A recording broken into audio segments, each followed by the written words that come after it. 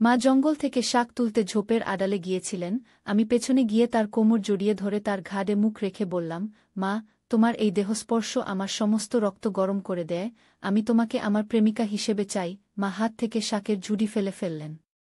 মা গ্রামের মেয়েদের সেলাই শেখান। সেদিন বিকেলে মা জঙ্গল থেকে শাক তুলতে গেছেন। আমি তার পেছনে পেছনে গিয়েছি, তিনি জানেন না আমি এসেছি। তাকে পেছন থেকে দেখতে লাগলাম। শাক তুলতে তুলতে তিনি আরও গভীর জঙ্গলে ঢুকলেন, ঝোপঝাড়ের আড়ালে চলে গেলেন। আমি ধীরে ধীরে এগিয়ে গেলাম, আর হঠাৎই তাকে জড়িয়ে ধরলাম। এই গল্পটি সম্পূর্ণ শুনলে আপনাদের পানি অটোমেটিক বের হয়ে যাবে, সো যত দ্রুত সম্ভব হাতের কাছে টিস্যু নিয়ে বসে পড়ো। বিছানার চাদর যেন নষ্ট না হয় সেটা সম্পূর্ণ খেয়াল রাখার অনুরোধ জানিয়ে গল্পটি এখন শুরু করব। তার আগে সর্বশেষ অনুরোধ, দয়া করে এমন পানি বের করার গল্প নিয়মিত শুনতে আমাদের চ্যানেলটি সকলেই সাবস্ক্রাইব করুন। ধন্যবাদ। আমাদের গ্রামটা ছিল বাংলাদেশের উত্তর-পূর্ব অঞ্চলের একটি ছোট জায়গায়, সীমান্ত এলাকার কাছে। আমাদের বাড়িটা গ্রামের প্রান্তে, পাহাড়ের পাদদেশে, ঘন জঙ্গলের কিনারে। বাবা অনেক বছর আগে মারা গিয়েছিলেন, আমার তখন মাত্র ৮ বছর বয়স। মা একাই আমাকে মানুষ করেছেন। গ্রামের মেয়েদের সেলাই শিখিয়ে সেলাইয়ের কাজ করে, আর বাড়ির পেছনের ছোট জমিটুকুতে শাকসবজি চাষ করে কোনো রকমের সংসার চালাতেন। আমার নাম রাহুল। এখন বয়স ২২। কলেজ শেষ করে গ্রামেই আছি। মায়ের সাথে থাকি আর পাশের শহরে একটা ইলেকট্রনিক্স দোকানে কাজ করি। মা সারাদিন খাটেন, কখনো বাড়িতে সেলাইয়ের কাজ করেন, কখনো গ্রামের ভিতরে বিভিন্ন বাড়িতে সেলাই শেখাতে যান, আবার কখনো জঙ্গল থেকে শাকসবজি তুলতে যান। আমাদের বাড়ির পাশেই ঘন জঙ্গল, সেখানে নানা ধরনের বন্য শাকসবজি পাওয়া যায়। মা আমার জন্য ছাড়া আর কিছু ভাবেন না। আমাকে ভালো মানুষ করার জন্য কত কষ্ট করেছেন। মনে পড়ে ছোটবেলায় একবার অসুস্থ হয়ে পড়েছিলাম, সারা রাত জ্বরে ছটফট করছি। মা সারা রাত জেগে আমার মাথায় ভেজা কাপড় দিয়েছিলেন, আমার পাশে বসে থেকেছিলেন। সকাল হতেই আমাকে কোলে করে দূরের হাসপাতালে নিয়ে গিয়েছিলেন। গরমের দিনগুলোতে মা প্রায়ই বিকেলে জঙ্গল থেকে শাকসবজি তুলতে যান। সেদিন বিকেলটাও ছিল তেমনি। আমি দোকান থেকে একটু আগে ফিরেছি। শরীরটা ভালো লাগছিল না, মনটা খারাপ ছিল। আমার বন্ধু রাজু কয়েকদিন আগে একটা অদ্ভুত ঘটনা সম্পর্কে আমাকে বলেছিল, যা আমাকে খুব অস্বস্তিতে ফেলেছিল। বলেছিল আমাদের গ্রামের পাশের জঙ্গলে নাকি কিছু অদ্ভুত লোক দেখা যাচ্ছে, যারা অস্ত্র বহন করে। হতে পারে কোনো সন্ত্রাসী গোষ্ঠী, হতে পারে সীমান্ত পেরোনোর রাস্তা খুঁজছে। মা যখন বিকেলে জঙ্গলে গেলেন, আমি ভাবলাম মায়ের পিছু নিয়ে দেখি তিনি ঠিক আছেন কিনা। মাকে না বলেই আমি তার পেছন পেছন গেলাম। মা জঙ্গলের ভিতরে প্রবেশ করলেন, আমি দূরে থেকে তাকে দেখতে থাকলাম। তিনি ঝোপঝাড়ের আড়ালে চলে গেলেন। আমি মাকে আবার দেখতে পেলাম না। চিন্তিত হয়ে আমি দ্রুত তার দিকে এগোলাম। হঠাৎ দেখি মা একটা বড় ঝোপের পেছনে দাঁড়িয়ে আছেন, চারপাশে তাকাচ্ছেন, যেন কিছু খুঁজছেন। আমি ধীরে ধীরে মায়ের কাছে গেলাম। ভাবলাম তাকে একটু ভয় দেখাই, তাই পেছন থেকে তার কোমর জড়িয়ে ধরলাম। আমি তার ঘাড়ে মুখ রেখে বললাম, মা, তোমার এই দেহস্পর্শ আমার সমস্ত রক্ত গরম করে দেয়। আমি তোমাকে আমার প্রেমিকা হিসেবে চাই। মা চমকে উঠলেন, হাত থেকে শাকের ঝুড়ি ফেলে দিলেন। ঘুরে আমাকে দেখে তার মুখ লাল হয়ে গেল। আমি হেসে ফেললাম, মা, তোমাকে একটু ভয় দেখাচ্ছিলাম গু। মা কিছু বলার আগেই আমি লক্ষ্য করলাম মা কেবল শাক তুলছিলেন না। তার হাতে একটা ছোট বাক্স ছিল, যা তিনি ঝোপের ভিতরে লুকানোর চেষ্টা করছিলেন। মা, এইটা কি? আমি জিজ্ঞেস করলাম, বাক্সটার দিকে ইশারা করে। মায়ের মুখ থেকে রাগ মুহূর্তেই উধাও হয়ে গেল। তার চোখে এক ধরনের ভয় ফুটে উঠল। কিছু না, তিনি বললেন, তুই এখানে কি করছিস? আমার পেছন পেছন কেন এসেছিস? তার আচরণ অস্বাভাবিক মনে হল। আমি বাক্সটা দেখতে চাইলাম, কিন্তু তিনি বাক্সটাকে নিজের পেছনে লুকিয়ে ফেললেন। মা, কি হয়েছে? তুমি কিছু লুকাচ্ছ? আমি জিজ্ঞেস করলাম। মা ধীরে ধীরে বাক্সটা আমাকে দেখালেন। একটা ছোট কাঠের বাক্স, পুরনো দেখাচ্ছিল। বাক্সের গায়ে কিছু অদ্ভুত চিহ্ন খোদাই করা ছিল। এটা কোথায় পেলে? আমি জিজ্ঞেস করলাম। মা একটু ইতস্তত করলেন, তারপর বললেন, এইটা তোর বাবার। আমি এইটা এখানে লুকিয়ে রেখেছিলাম। গে বাবার? কেন? আমি অবাক হয়ে জিজ্ঞেস করলাম। মা একটু থেমে বললেন, চল বাড়ি যাই, সব বলবো। আমরা বাড়ি ফিরে এলাম। মা বাক্সটা টেবিলে রাখলেন। আমরা দুজন টেবিলের সামনে বসলাম। মা গভীর নিঃশ্বাস নিলেন। তোর বাবা মারা যাওয়ার আগে আমাকে এই বাক্সটা দিয়ে গিয়েছিলেন। বলেছিলেন যখন তুই বড় হবি তখন তোকে দিতে। কিন্তু আমি ভয় পেয়েছিলাম। তাই এইটা জঙ্গলে লুকিয়ে রেখেছিলাম। আজ ভাবলাম তুই এখন বড় হয়েছিস, সময় হয়েছে তোকে দেওয়ার গু। এতে কি আছে? আমি জিজ্ঞেস করলাম।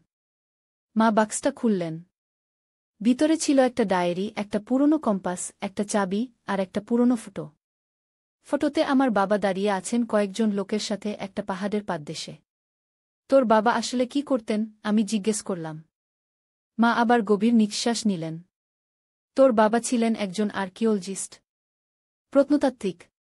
তিনি প্রাচীন সভ্যতার নিদর্শন খুঁজতেন খুব। আমি অবাক হয়ে গেলাম। আমি জানতাম বাবা একজন শিক্ষক ছিলেন, কিন্তু প্রত্নতাত্ত্বিক? এ তথ্য আমার কাছে একেবারেই নতুন ছিল। তাহলে তুমি এতদিন আমাকে কেন বলনি? আমি জিজ্ঞেস করলাম। কারণ তোর বাবা মারা গিয়েছিলেন একটা দুর্ঘটনায় নয়, তাকে হত্যা করা হয়েছিল, মা বললেন। তার গলা ভারী হয়ে উঠল। আমি স্তব্ধ হয়ে গেলাম। এতদিন জেনে এসেছি বাবা একটা দুর্ঘটনায় মারা গিয়েছিলেন, কিন্তু আসলে তাকে হত্যা করা হয়েছিল। কে হত্যা করেছিল? কেন? আমি জিজ্ঞেস করলাম, আমার কণ্ঠ কাঁপছিল।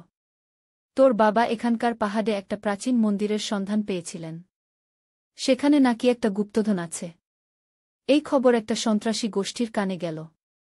তারা বাবাকে জোর করে সেই মন্দিরে নিয়ে যেতে চাইল। কিন্তু বাবা রাজি হলেন না। তারা তাকে হত্যা করলও। আমার বুকের ভিতরটা ধসে পড়ল। এতদিন যা জেনে এসেছি তা মিথ্যা? বাবা একজন সাধারণ শিক্ষক ছিলেন না, তিনি ছিলেন একজন প্রত্নতাত্ত্বিক, যিনি একটা প্রাচীন মন্দির আবিষ্কার করেছিলেন, আর সেই কারণেই তাকে হত্যা করা হয়েছিল।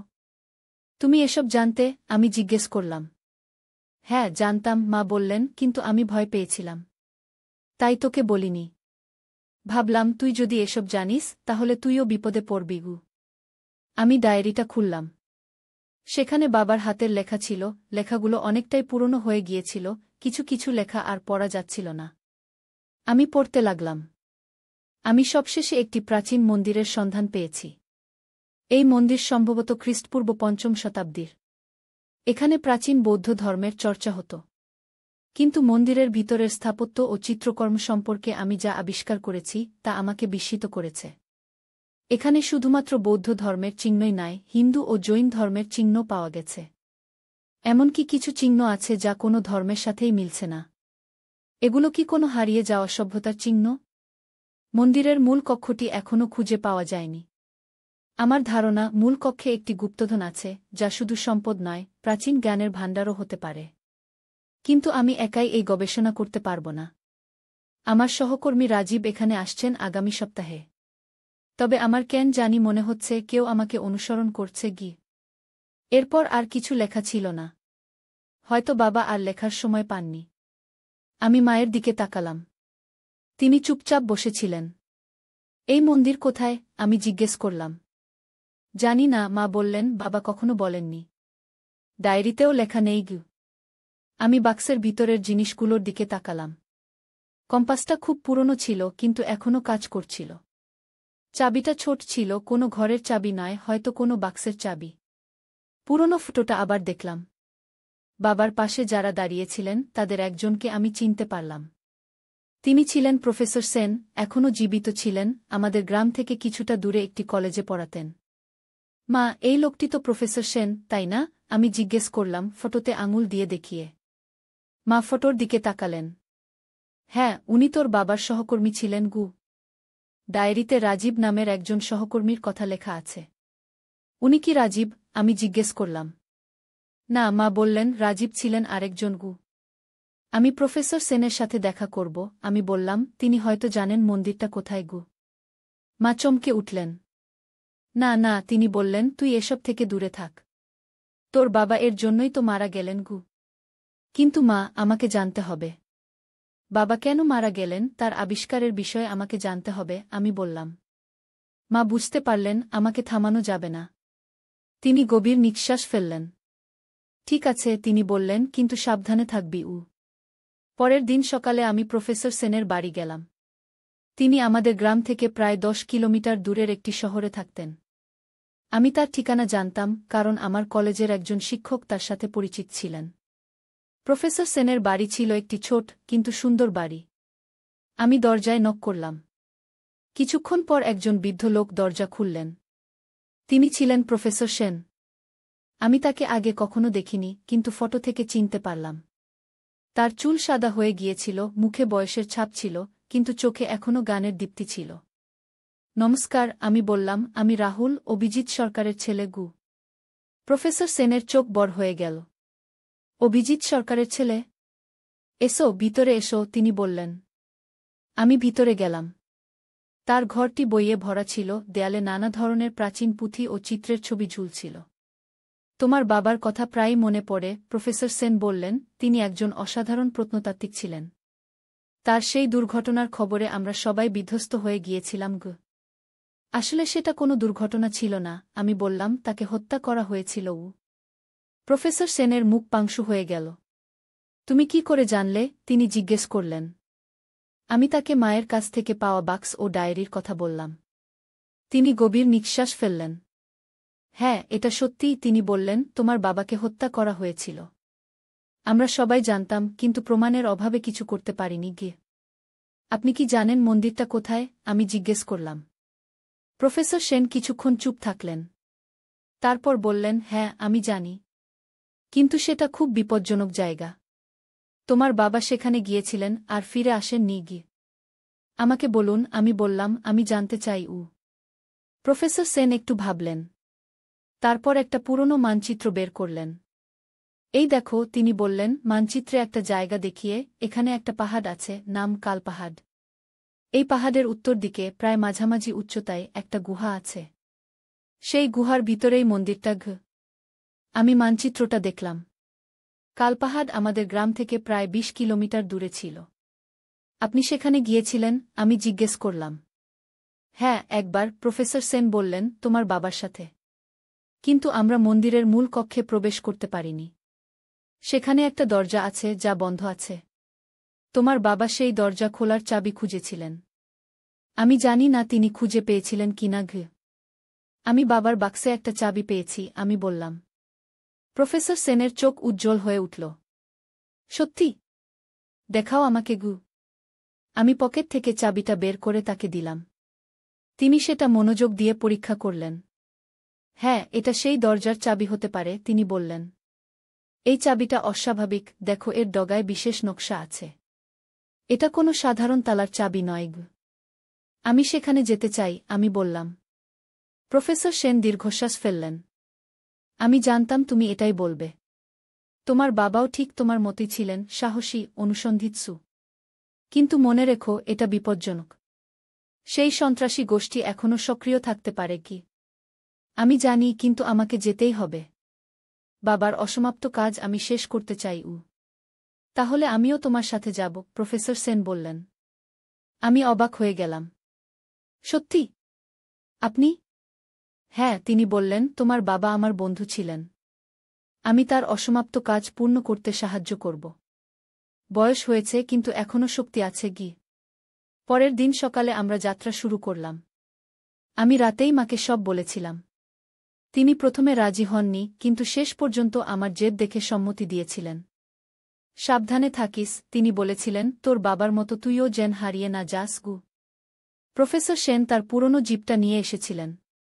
আমরা তাতে চড়ে যাত্রা শুরু করলাম। রাস্তা ছিল দুর্গম, এঁকেবেঁকে পাহাড়ের দিকে উঠে গিয়েছে। কয়েক ঘণ্টার মধ্যেই আমরা কালপাহাড়ের পাদদেশে পৌঁছে গেলাম। জিপটা এখানেই রাখতে হবে, প্রফেসর সেন বললেন, এর থেকে উপরে আর গাড়ি যাবে না। আমরা জিপ থেকে নেমে হাঁটা শুরু করলাম। প্রফেসর সেন একটা ব্যাকপ্যাক নিয়েছিলেন, যাতে ছিল পানি, খাবার, টর্চ, কম্পাস এবং অন্যান্য প্রয়োজনীয় জিনিস। পাহাড়ের পথ ছিল দুর্গম, কোথাও কোথাও ঝোপঝাড় ছিল, কোথাও পাথুরে পথ। প্রায় ২ ঘণ্টা হাঁটার পর আমরা পাহাড়ের মাঝামাঝি উচ্চতায় পৌঁছালাম। এই দিকে, প্রফেসর সেন বললেন, একটা পথ দেখিয়ে, এইখানেই গুহার প্রবেশপথ। আমরা সেদিকে এগিয়ে গেলাম। প্রায় আধা ঘণ্টা হাঁটার পর আমরা একটা গুহার সামনে এসে দাঁড়ালাম। গুহার প্রবেশপথ ছিল অন্ধকার, ভিতরে কি আছে বোঝা যাচ্ছিল না। টর্চ জ্বালাও, প্রফেসর সেন বললেন। আমি টর্চ জ্বালালাম। আমরা গুহার ভিতরে প্রবেশ করলাম। গুহার ভিতরটা ছিল শীতল ও আর্দ্র। টর্চের আলো আমরা দেখতে পেলাম, গুহার দেয়ালে নানা ধরনের প্রাচীন চিত্র আঁকা ছিল। এইগুলো দেখো, প্রফেসর সেন বললেন, এইগুলো খ্রিস্টপূর্ব ৫ম শতাব্দীর চিত্র। এখানে বৌদ্ধ ধর্মের চিহ্ন দেখতে পাচ্ছ? আমি চিত্রগুলো দেখলাম। সেখানে বুদ্ধের মূর্তি, বোধিবৃক্ষ, স্তূপ এবং অন্যান্য বৌদ্ধ প্রতীক আঁকা ছিল। কিন্তু সেগুলোর পাশেই হিন্দু দেবদেবীর চিত্র ছিল, শিব, বিষ্ণু, দুর্গা। আরও অদ্ভুত ছিল কিছু চিত্র, যাদের কোনো ধর্মের সাথেই মিল ছিল না, জটিল জ্যামিতিক নকশা, অদ্ভুত প্রাণীর চিত্র এবং কিছু অজানা লিপি। এগুলো কি? আমি জিজ্ঞেস করলাম, সেই অজানা লিপির দিকে ইশারা করে। কেউ জানে না, প্রফেসর সেন বললেন, তোমার বাবা মনে করতেন এগুলো কোনো হারিয়ে যাওয়া সভ্যতার লিপি। তিনি এগুলো ডিসিফার করার চেষ্টা করছিলেন। আমরা গুহার ভিতরে আরও গভীরে এগিয়ে গেলাম। গুহার পথ ক্রমশ সরু হয়ে আসছিল। হঠাৎ আমরা একটা বিশাল কক্ষে এসে পৌঁছালাম। কক্ষটি ছিল অনেক বড় এবং তার মাঝখানে ছিল একটি বিশাল পাথরের বেদি। বেদির উপর ছিল একটি ছোট মন্দির, যেন কোনো মিনিয়েচার। এইটাই মন্দির, প্রফেসর সেন বললেন। আমরা মন্দিরের দিকে এগিয়ে গেলাম। মন্দিরটি ছিল সুন্দর কারুকার্যে সজ্জিত। তার দেয়ালে নানা ধরনের চিত্র ও মূর্তি খোদাই করা ছিল। দরজাটা ছিল পাথরের এবং সেখানে একটা তালা ছিল। এইটাই সেই দরজা, প্রফেসর সেন বললেন, যেটা আমরা খুলতে পারিনি। আমি পকেট থেকে চাবিটা বের করলাম। এইটা ব্যবহার করে দেখি। আমি চাবিটা তালায় ঢোকালাম। চাবিটা সহজেই ঢুকে গেল। আমি চাবিটা ঘুরালাম। একটা ক্লিক শব্দ হল এবং তালাটা খুলে গেল। এটাই সেই চাবি, প্রফেসর সেন আবেগের সাথে বললেন। আমরা দুজনেই উত্তেজিত হয়ে উঠলাম। আমি পাথরের দরজাটা ঠেলে খোলার চেষ্টা করলাম। প্রথমে দরজাটা নড়ল না, কিন্তু আমি আর প্রফেসর সেন দুজনে মিলে জোরে ঠেললাম এবং দরজাটা ধীরে ধীরে খুলে গেল। দরজার পেছনে ছিল আরেকটি কক্ষ, আরও ছোট কিন্তু আলোকিত। আমরা অবাক হয়ে গেলাম। কক্ষটির ছাদে কিছু অদ্ভুত পাথর লাগানো ছিল, যা আলো বিকিরণ করছিল, যেন কোনো অদ্ভুত দ্বীপ। এগুলো কি? আমি জিজ্ঞেস করলাম। জানি না, প্রফেসর সেন বললেন, এমন পাথর আমি আগে কখনো দেখিনি। কক্ষের মাঝখানে ছিল একটি ছোট বেদি এবং বেদির উপর ছিল একটি বাক্স, পাথরের তৈরি। বাক্সটির গায়ে সেই একই অজানা লিপি খোদাই করা ছিল, যা আমরা গুহার দেয়ালে দেখেছিলাম। এই বাক্সটি কি সেই গুপ্তধন? আমি জিজ্ঞেস করলাম। সম্ভবত, প্রফেসর সেন বললেন, তোমার বাবা এর সন্ধানই করছিলেন। আমরা বাক্সটির দিকে এগিয়ে গেলাম। বাক্সটির উপরেও একটা তালা ছিল। আমি আবার চাবিটা ব্যবহার করার চেষ্টা করলাম, কিন্তু এবার চাবিটা ঢুকল না। চাবিটা মাপসই নয়, আমি বললাম। আমরা অন্য উপায়ে খুলতে হবে, প্রফেসর সেন বললেন। তিনি বাক্সটি পরীক্ষা করতে লাগলেন। দেখো, তিনি বললেন, এই লিপিগুলো একটা নির্দিষ্ট ক্রমে সাজানো আছে। এটা একটা ধাঁধা হতে পারে। আমরা দুজনে মিলে লিপিগুলো পরীক্ষা করতে লাগলাম। প্রফেসর সেন কিছু নোট নিচ্ছিলেন। হঠাৎ তিনি বললেন, আমি মনে করি এটা একটা ক্রম। এই চিহ্নগুলো একটা নির্দিষ্ট ক্রমে টিপতে হবে। তিনি বাক্সের গায়ে খোদাই করা কিছু চিহ্ন টিপতে লাগলেন। হঠাৎ বাক্সটি থেকে একটা শব্দ হল এবং তার উপরের অংশটি খুলে গেল। আপনি খুলে ফেলেছেন, আমি উত্তেজিত হয়ে বললাম। আমরা উৎসুক হয়ে বাক্সের ভিতরে তাকালাম। ভিতরে ছিল একটি পুরনো পুঁথি এবং কিছু অদ্ভুত পাথরের টুকরো, যেগুলো ছাদের পাথরের মতোই আলো বিকিরণ করছিল। এটা কি? আমি জিজ্ঞেস করলাম, পুঁথিটা তুলে নিয়ে। এটা একটি প্রাচীন পুঁথি, প্রফেসর সেন বললেন, যদিও এর ভাষা আমি চিনতে পারছি না। পুঁথিটি ছিল পুরনো, তার পাতাগুলো হলুদ হয়ে গিয়েছিল। সেখানে সেই একই অজানা লিপিতে লেখা ছিল। কিন্তু পুঁথির মাঝে মাঝে কিছু চিত্র ছিল, যা বিভিন্ন প্রাকৃতিক ঘটনা, যেমন সূর্যগ্রহণ, জোয়ারভাটা, বৃষ্টি, বজ্রপাত ইত্যাদি দেখাচ্ছিল। এটা কি কোনো বিজ্ঞান গ্রন্থ? আমি জিজ্ঞেস করলাম। সম্ভবত, প্রফেসর সেন বললেন, এটা সেই হারিয়ে যাওয়া সভ্যতার জ্ঞানের ভাণ্ডার হতে পারে, যার কথা তোমার বাবা ভাবতেন। আমরা পাথরের টুকরোগুলোও পরীক্ষা করলাম। সেগুলো ছিল অদ্ভুত, যেন কোনো বহিরাগত উপাদানের তৈরি। সেগুলো আলো বিকিরণ করছিল, কিন্তু গরম ছিল না। আমি জানি না এগুলো কি, প্রফেসর সেন বললেন, কিন্তু এগুলো নিশ্চয়ই কোনো সাধারণ পাথর নয়। হঠাৎ আমরা দূর থেকে কিছু শব্দ শুনতে পেলাম। কেউ যেন গুহার ভিতরে প্রবেশ করেছে। কেউ আসছে, আমি চাপা গলায় বললাম।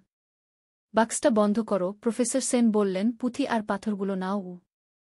আমি দ্রুত পুঁথি ও কয়েকটি পাথর নিয়ে ব্যাকপ্যাকে ঢুকিয়ে ফেললাম। প্রফেসর সেন বাক্সটা বন্ধ করে দিলেন। আমরা দরজার দিকে তাকালাম। হঠাৎ দরজায় কয়েকজন লোক এসে দাঁড়াল। তাদের হাতে অস্ত্র ছিল। তারা আমাদের দিকে তাকিয়েছিল। ডাক্তার সেন, তাদের একজন বলল, অনেক দিন পর দেখা হল গু। প্রফেসর সেন শক্ত হয়ে দাঁড়ালেন। গোপাল, তিনি বললেন, তুমি এখনো জীবিত আছো? হ্যাঁ, লোকটি, গোপাল বলল, আমি জীবিত আছি। এবং আমি এখনো সেই গুপ্তধনের খোঁজ করছি। দেখছি তোমরা সেটা খুঁজে পেয়েছ। আমরা কিছু পাইনি, প্রফেসর সেন মিথ্যা বললেন। মিথ্যা কথা বলো না, গোপাল বলল, আমরা দেখেছি তোমরা বাক্স খুলেছ। যা পেয়েছ তা আমাদের দাও। আমি প্রফেসর সেনের দিকে তাকালাম। তিনি আমার দিকে তাকালেন, তার চোখে একটা নীরব বার্তা ছিল, তিনি আমাকে পিছনের দরজা দিয়ে পালাতে বলছিলেন। ঠিক আছে, প্রফেসর সেন বললেন, আমরা তোমাদের দেবগু। তিনি ধীরে ধীরে বাক্সের দিকে এগিয়ে গেলেন। আমি পেছন দিকে সরে যাচ্ছিলাম, কক্ষের পেছনের দিকে, যেখানে আরেকটি দরজা ছিল। হঠাৎ প্রফেসর সেন একটা হাত সাইন দিলেন, এবং আমি বুঝতে পারলাম এটাই সময়।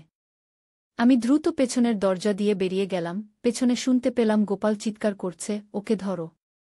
আমি পেছন দিকের সুড়ঙ্গ দিয়ে দৌড়ে পালাতে লাগলাম। সুড়ঙ্গটি ছিল অন্ধকার, কিন্তু আমার কাছে টর্চ ছিল। আমি তা জ্বালিয়ে দৌড়াতে লাগলাম। পেছন থেকে কয়েকজন লোক আমাকে তাড়া করছিল। সুড়ঙ্গটি বেঁকে গিয়েছিল, নানা দিকে শাখা প্রশাখায় বিভক্ত হয়েছিল। আমি একটার পর একটা পথ বেছে নিতে লাগলাম, আশা করছিলাম যে সঠিক পথ বেছে নিচ্ছি। অনেকক্ষণ দৌড়ানোর পর আমি একটা প্রশস্ত জায়গায় এসে পৌঁছালাম, যেখানে একটা প্রাকৃতিক আলোর উৎস ছিল। সেখানে একটা গর্ত ছিল, যার ভিতর দিয়ে আকাশ দেখা যাচ্ছিল। আমি গর্তের দিকে গেলাম। গর্তটা অনেক উঁচু ছিল, কিন্তু পাশে কিছু পাথর ছিল যা বেয়ে উঠা যায়। আমি পাথর বেয়ে উঠতে লাগলাম। ঠিক সেই সময় পেছন থেকে কয়েকজন লোক এসে গর্তের নিচে দাঁড়াল। ওকে ধরো, তারা চিৎকার করল। আমি আরও দ্রুত উঠতে লাগলাম। কয়েকজন লোক আমার পেছনে উঠছিল। আমি প্রাণপণে উঠলাম এবং শেষ পর্যন্ত গর্তের উপরে পৌঁছে গেলাম। আমি গর্ত থেকে বেরিয়ে দেখলাম আমি পাহাড়ের আরেক পাশে এসে পড়েছি। এখান থেকে একটা সরু পথ নিচের দিকে নেমে গিয়েছিল। আমি সেই পথ ধরে দ্রুত নিচের দিকে নামতে লাগলাম। পেছনে শুনতে পেলাম কয়েকজন লোক গর্ত থেকে বেরিয়ে আসছে। প্রায় অর্ধ ঘণ্টা ধরে নামার পর আমি পাহাড়ের পাদদেশে পৌঁছে গেলাম। এখান থেকে আমাদের গ্রামের দিকে একটা পথ গিয়েছিল। আমি সেই পথ ধরে দৌড়ে চললাম। একটা মোড় ঘুরতেই আমি অবাক হয়ে দেখলাম প্রফেসর সেন তার জিপে বসে আছেন, ইঞ্জিন চালু করে। তুমি? আমি বিস্মিত হয়ে বললাম। দ্রুত গাড়িতে ওঠো, তিনি বললেন। আমি গাড়িতে উঠলাম এবং তিনি গাড়ি ছেড়ে দিলেন। আপনি কিভাবে পালালেন? আমি জিজ্ঞেস করলাম। আমার নিজের গোপন পথ আছে, তিনি বললেন, আমি আগেও এখানে এসেছি, তোমার বাবার মৃত্যুর পর গু। আমরা দ্রুত গাড়ি চালিয়ে গ্রামের দিকে ফিরে চললাম। ঠিক তখনই আমাদের পেছনে একটা জিপ দেখা গেল। তারা আমাদের পেছনে আসছে, আমি বললাম। প্রফেসর সেন আরও জোরে গাড়ি চালাতে লাগলেন। রাস্তাটা ছিল বাঁকা, পাহাড়ি, কোথাও কোথাও খুব সরু। আমরা একটা বাঁক ঘুরতেই পেছনের জিপটি আমাদের ধরে ফেল। দ্রুত প্রফেসর সেন বললেন, ব্যাগ থেকে একটা পাথর বের করো। আমি ব্যাগ থেকে একটা আলোকিত পাথর বের করলাম। এটা জানালা দিয়ে ফেলে দাও, ছিলেন যখন তুই বড় হবি তখন তোকে দিতে। কিন্তু আমি ভয় পেয়েছিলাম। তাই এইটা জঙ্গলে লুকিয়ে রেখেছিলাম। আজ ভাবলাম তুই এখন বড় হয়েছিস, সময় হয়েছে তোকে দেওয়ার গু। এতে কি আছে? আমি জিজ্ঞেস করলাম। মা বাক্সটা খুললেন। ভিতরে ছিল একটা ডায়েরি, একটা পুরনো কম্পাস, একটা চাবি আর একটা পুরনো ফটো। ফটোতে আমার বাবা দাঁড়িয়ে আছেন কয়েকজন লোকের সাথে একটা পাহাড়ের পাদদেশে। তোর বাবা আসলে কি করতেন? আমি জিজ্ঞেস করলাম। মা আবার গভীর নিঃশ্বাস নিলেন। তোর বাবা ছিলেন একজন আর্কিওলজিস্ট, প্রত্নতাত্ত্বিক। তিনি প্রাচীন সভ্যতার নিদর্শন খুঁজতেন। আমি অবাক হয়ে গেলাম।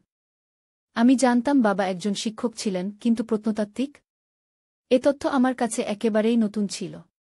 তাহলে তুমি এতদিন আমাকে কেন বলনি? আমি জিজ্ঞেস করলাম। কারণ তোর বাবা মারা গিয়েছিলেন একটা দুর্ঘটনায় নয়, তাকে হত্যা করা হয়েছিল, মা বললেন। তার গলা ভারী হয়ে উঠল।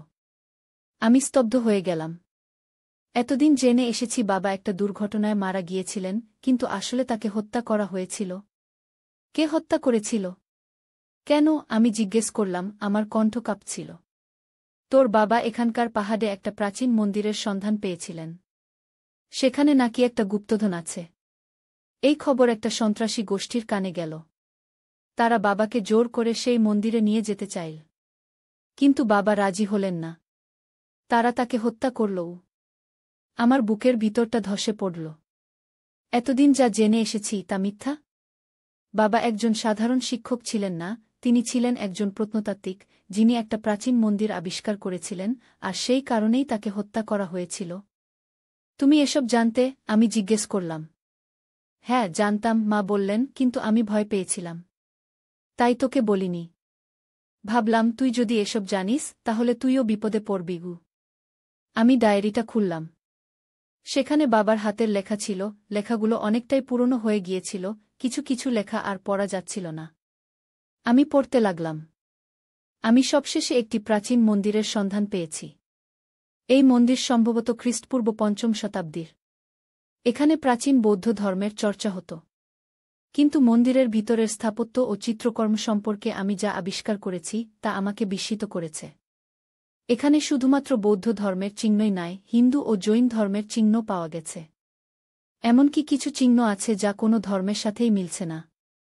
এগুলো কি কোনো হারিয়ে যাওয়া সভ্যতার চিহ্ন? মন্দিরের মূল কক্ষটি এখনও খুঁজে পাওয়া যায়নি। আমার ধারণা মূল কক্ষে একটি গুপ্তধন আছে, যা শুধু সম্পদ নয়, প্রাচীন জ্ঞানের ভাণ্ডারও হতে পারে। কিন্তু আমি একাই এই গবেষণা করতে পারব না। আমার সহকর্মী রাজীব এখানে আসছেন আগামী সপ্তাহে। তবে আমার কেন জানি মনে হচ্ছে কেউ আমাকে অনুসরণ করছে গি। এরপর আর কিছু লেখা ছিল না। হয়তো বাবা আর লেখার সময় পাননি। আমি মায়ের দিকে তাকালাম। তিনি চুপচাপ বসেছিলেন। এই মন্দির কোথায়? আমি জিজ্ঞেস করলাম। জানি না, মা বললেন, বাবা কখনো বলেননি। ডায়েরিতেও লেখা নেই গু। আমি বাক্সের ভিতরের জিনিসগুলোর দিকে তাকালাম। কম্পাসটা খুব পুরনো ছিল, কিন্তু এখনও কাজ করছিল। চাবিটা ছোট ছিল, কোনো ঘরের চাবি নয়, হয়তো কোনো বাক্সের চাবি। পুরনো ফটোটা আবার দেখলাম। বাবার পাশে যারা দাঁড়িয়েছিলেন তাদের একজনকে আমি চিনতে পারলাম। তিনি ছিলেন প্রফেসর সেন, এখনও জীবিত ছিলেন, আমাদের গ্রাম থেকে কিছুটা দূরে একটি কলেজে পড়াতেন। মা, এই লোকটি তো প্রফেসর সেন, তাই না? আমি জিজ্ঞেস করলাম, ফটোতে আঙুল দিয়ে দেখিয়ে। মা ফটোর দিকে তাকালেন। হ্যাঁ, উনি তোর বাবার সহকর্মী ছিলেন গু।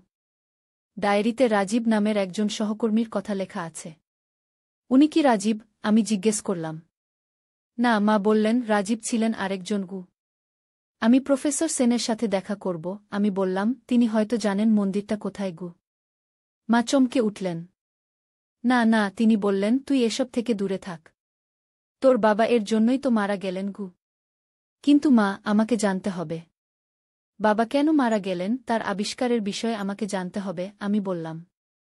মা বুঝতে পারলেন আমাকে থামানো যাবে না। তিনি গভীর নিঃশ্বাস ফেললেন। ঠিক আছে, তিনি বললেন, কিন্তু সাবধানে থাকবি উ। পরের দিন সকালে আমি প্রফেসর সেনের বাড়ি গেলাম।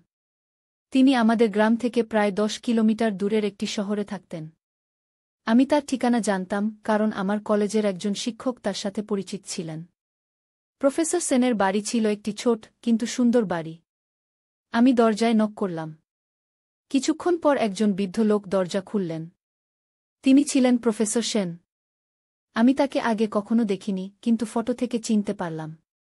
তার চুল সাদা হয়ে গিয়েছিল, মুখে বয়সের ছাপ ছিল, কিন্তু চোখে এখনও গানের দীপ্তি ছিল। নমস্কার, আমি বললাম, আমি রাহুল, অভিজিৎ সরকারের ছেলে গু। প্রফেসর সেনের চোখ বড় হয়ে গেল। অভিজিৎ সরকারের ছেলে? এসো, ভিতরে এসো, তিনি বললেন। আমি ভিতরে গেলাম। তার ঘরটি বইয়ে ভরা ছিল, দেয়ালে নানা ধরনের প্রাচীন পুঁথি ও চিত্রের ছবি ঝুলছিল। তোমার বাবার কথা প্রায়ই মনে পড়ে, প্রফেসর সেন বললেন, তিনি একজন অসাধারণ প্রত্নতাত্ত্বিক ছিলেন। তার সেই দুর্ঘটনার খবরে আমরা সবাই বিধ্বস্ত হয়ে গিয়েছিলাম গু। আসলে সেটা কোনো দুর্ঘটনা ছিল না, আমি বললাম, তাকে হত্যা করা হয়েছিল উ। প্রফেসর সেনের মুখ পাংশু হয়ে গেল। তুমি কি করে জানলে? তিনি জিজ্ঞেস করলেন। আমি তাকে মায়ের কাছ থেকে পাওয়া বাক্স ও ডায়েরির কথা বললাম। তিনি গভীর নিঃশ্বাস ফেললেন। হ্যাঁ, এটা সত্যি, তিনি বললেন, তোমার বাবাকে হত্যা করা হয়েছিল। আমরা সবাই জানতাম, কিন্তু প্রমাণের অভাবে কিছু করতে পারিনি গিয়ে। আপনি কি জানেন মন্দিরটা কোথায়? আমি জিজ্ঞেস করলাম। প্রফেসর সেন কিছুক্ষণ চুপ থাকলেন। তারপর বললেন, হ্যাঁ, আমি জানি। কিন্তু সেটা খুব বিপজ্জনক জায়গা। তোমার বাবা সেখানে গিয়েছিলেন আর ফিরে আসেননি গি। আমাকে বলুন। আমি বললাম, আমি জানতে চাই। প্রফেসর সেন একটু ভাবলেন।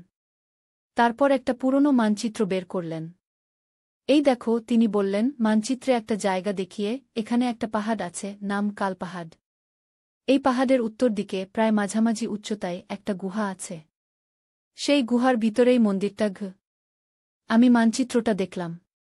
কালপাহাড় আমাদের গ্রাম থেকে প্রায় ২০ কিলোমিটার দূরে ছিল। আপনি সেখানে গিয়েছিলেন? আমি জিজ্ঞেস করলাম। হ্যাঁ, একবার। প্রফেসর সেন বললেন, তোমার বাবার সাথে। কিন্তু আমরা মন্দিরের মূল কক্ষে প্রবেশ করতে পারিনি। সেখানে একটা দরজা আছে যা বন্ধ আছে। তোমার বাবা সেই দরজা খোলার চাবি খুঁজেছিলেন। আমি জানি না তিনি খুঁজে পেয়েছিলেন কিনা। আমি বাবার বাক্সে একটা চাবি পেয়েছি, আমি বললাম। প্রফেসর সেনের চোখ উজ্জ্বল হয়ে উঠল। সত্যি? দেখাও আমাকে। আমি পকেট থেকে চাবিটা বের করে তাকে দিলাম। তিনি সেটা মনোযোগ দিয়ে পরীক্ষা করলেন। হ্যাঁ, এটা সেই দরজার চাবি হতে পারে, তিনি বললেন। এই চাবিটা অস্বাভাবিক, দেখো এর ডগায় বিশেষ নকশা আছে। এটা কোনো সাধারণ তালার চাবি নয়। আমি সেখানে যেতে চাই, আমি বললাম। প্রফেসর সেন দীর্ঘশ্বাস ফেললেন। আমি জানতাম তুমি এটাই বলবে। তোমার বাবাও ঠিক তোমার মতোই ছিলেন, সাহসী, অনুসন্ধিৎসু। কিন্তু মনে রেখো, এটা বিপজ্জনক। সেই সন্ত্রাসী গোষ্ঠী এখনও সক্রিয় থাকতে পারে কি? আমি জানি, কিন্তু আমাকে যেতেই হবে। বাবার অসমাপ্ত কাজ আমি শেষ করতে চাই। তাহলে আমিও তোমার সাথে যাব, প্রফেসর সেন বললেন। আমি অবাক হয়ে গেলাম। সত্যি? আপনি? হ্যাঁ, তিনি বললেন, তোমার বাবা আমার বন্ধু ছিলেন। আমি তার অসমাপ্ত কাজ পূর্ণ করতে সাহায্য করব। বয়স হয়েছে, কিন্তু এখনও শক্তি আছে। পরের দিন সকালে আমরা যাত্রা শুরু করলাম। আমি রাতেই মাকে সব বলেছিলাম। তিনি প্রথমে রাজি হননি, কিন্তু শেষ পর্যন্ত আমার জেদ দেখে সম্মতি দিয়েছিলেন। সাবধানে থাকিস, তিনি বলেছিলেন, তোর বাবার মতো তুইও যেন হারিয়ে না যাস। প্রফেসর সেন তার পুরনো জিপটা নিয়ে এসেছিলেন। আমরা তাতে চড়ে যাত্রা শুরু করলাম। রাস্তা ছিল দুর্গম, এঁকেবেঁকে পাহাড়ের দিকে উঠে গিয়েছে। কয়েক ঘণ্টার মধ্যেই আমরা কালপাহাড়ের পাদদেশে পৌঁছে গেলাম। জিপটা এখানেই রাখতে হবে, প্রফেসর সেন বললেন, এর থেকে উপরে আর গাড়ি যাবে না। আমরা জিপ থেকে নেমে হাঁটা শুরু করলাম। প্রফেসর সেন একটা ব্যাকপ্যাক নিয়েছিলেন, যাতে ছিল পানি, খাবার, টর্চ, কম্পাস এবং অন্যান্য প্রয়োজনীয় জিনিস। পাহাড়ের পথ ছিল দুর্গম, কোথাও কোথাও ঝোপঝাড় ছিল, কোথাও পাথুরে পথ। প্রায় ২ ঘণ্টা হাঁটার পর আমরা পাহাড়ের মাঝামাঝি উচ্চতায় পৌঁছালাম।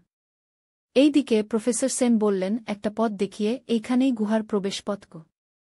আমরা সেদিকে এগিয়ে গেলাম। প্রায় আধা ঘণ্টা হাঁটার পর আমরা একটা গুহার সামনে এসে দাঁড়ালাম। গুহার প্রবেশপথ ছিল অন্ধকার, ভিতরে কি আছে বোঝা যাচ্ছিল না। টর্চ জ্বালাও, প্রফেসর সেন বললেন। আমি টর্চ জ্বালালাম। আমরা গুহার ভিতরে প্রবেশ করলাম। গুহার ভিতরটা ছিল শীতল ও আর্দ্র। টর্চের আলো আমরা দেখতে পেলাম, গুহার দেয়ালে নানা ধরনের প্রাচীন চিত্র আঁকা ছিল। এইগুলো দেখো, প্রফেসর সেন বললেন, এইগুলো খ্রিস্টপূর্ব ৫ম শতাব্দীর চিত্র। এখানে বৌদ্ধ ধর্মের চিহ্ন দেখতে পাচ্ছ? আমি চিত্রগুলো দেখলাম। সেখানে বুদ্ধের মূর্তি, বোধিবৃক্ষ, স্তূপ এবং অন্যান্য বৌদ্ধ প্রতীক আঁকা ছিল। কিন্তু সেগুলোর পাশেই হিন্দু দেবদেবীর চিত্র ছিল, শিব, বিষ্ণু, দুর্গা। আরও অদ্ভুত ছিল কিছু চিত্র, যাদের কোনো ধর্মের সাথেই মিল ছিল না, জটিল জ্যামিতিক নকশা, অদ্ভুত প্রাণীর চিত্র এবং কিছু অজানা লিপি। এগুলো কি? আমি জিজ্ঞেস করলাম, সেই অজানা লিপির দিকে ইশারা করে। কেউ জানে না, প্রফেসর সেন বললেন, তোমার বাবা মনে করতেন এগুলো কোনো হারিয়ে যাওয়া সভ্যতার লিপি। তিনি এগুলো ডিসিফার করার চেষ্টা করছিলেন।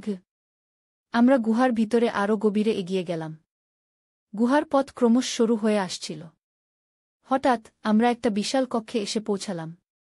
কক্ষটি ছিল অনেক বড়, এবং তার মাঝখানে ছিল একটি বিশাল পাথরের বেদি। বেদির উপর ছিল একটি ছোট মন্দির, যেন কোনো মিনিয়েচার। এইটাই মন্দির, প্রফেসর সেন বললেন। আমরা মন্দিরের দিকে এগিয়ে গেলাম। মন্দিরটি ছিল সুন্দর কারুকার্যে সজ্জিত। তার দেয়ালে নানা ধরনের চিত্র ও মূর্তি খোদাই করা ছিল। দরজাটা ছিল পাথরের, এবং সেখানে একটা তালা ছিল। এইটাই সেই দরজা, প্রফেসর সেন বললেন, যেটা আমরা খুলতে পারিনি।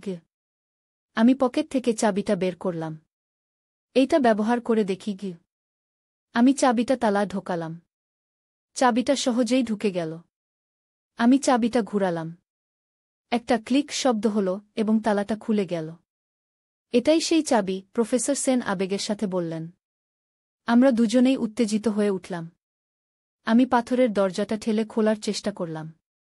প্রথমে দরজাটা নড়ল না, কিন্তু আমি আর প্রফেসর সেন দুজনে মিলে জোরে ঠেললাম এবং দরজাটা ধীরে ধীরে খুলে গেল। দরজার পেছনে ছিল আরেকটি কক্ষ, আরও ছোট কিন্তু আলোকিত। আমরা অবাক হয়ে গেলাম। কক্ষটির ছাদে কিছু অদ্ভুত পাথর লাগানো ছিল, যা আলো বিকিরণ করছিল, যেন কোনো অদ্ভুত দ্বীপ। এগুলো কি? আমি জিজ্ঞেস করলাম। জানি না, প্রফেসর সেন বললেন, এমন পাথর আমি আগে কখনো দেখিনি গু।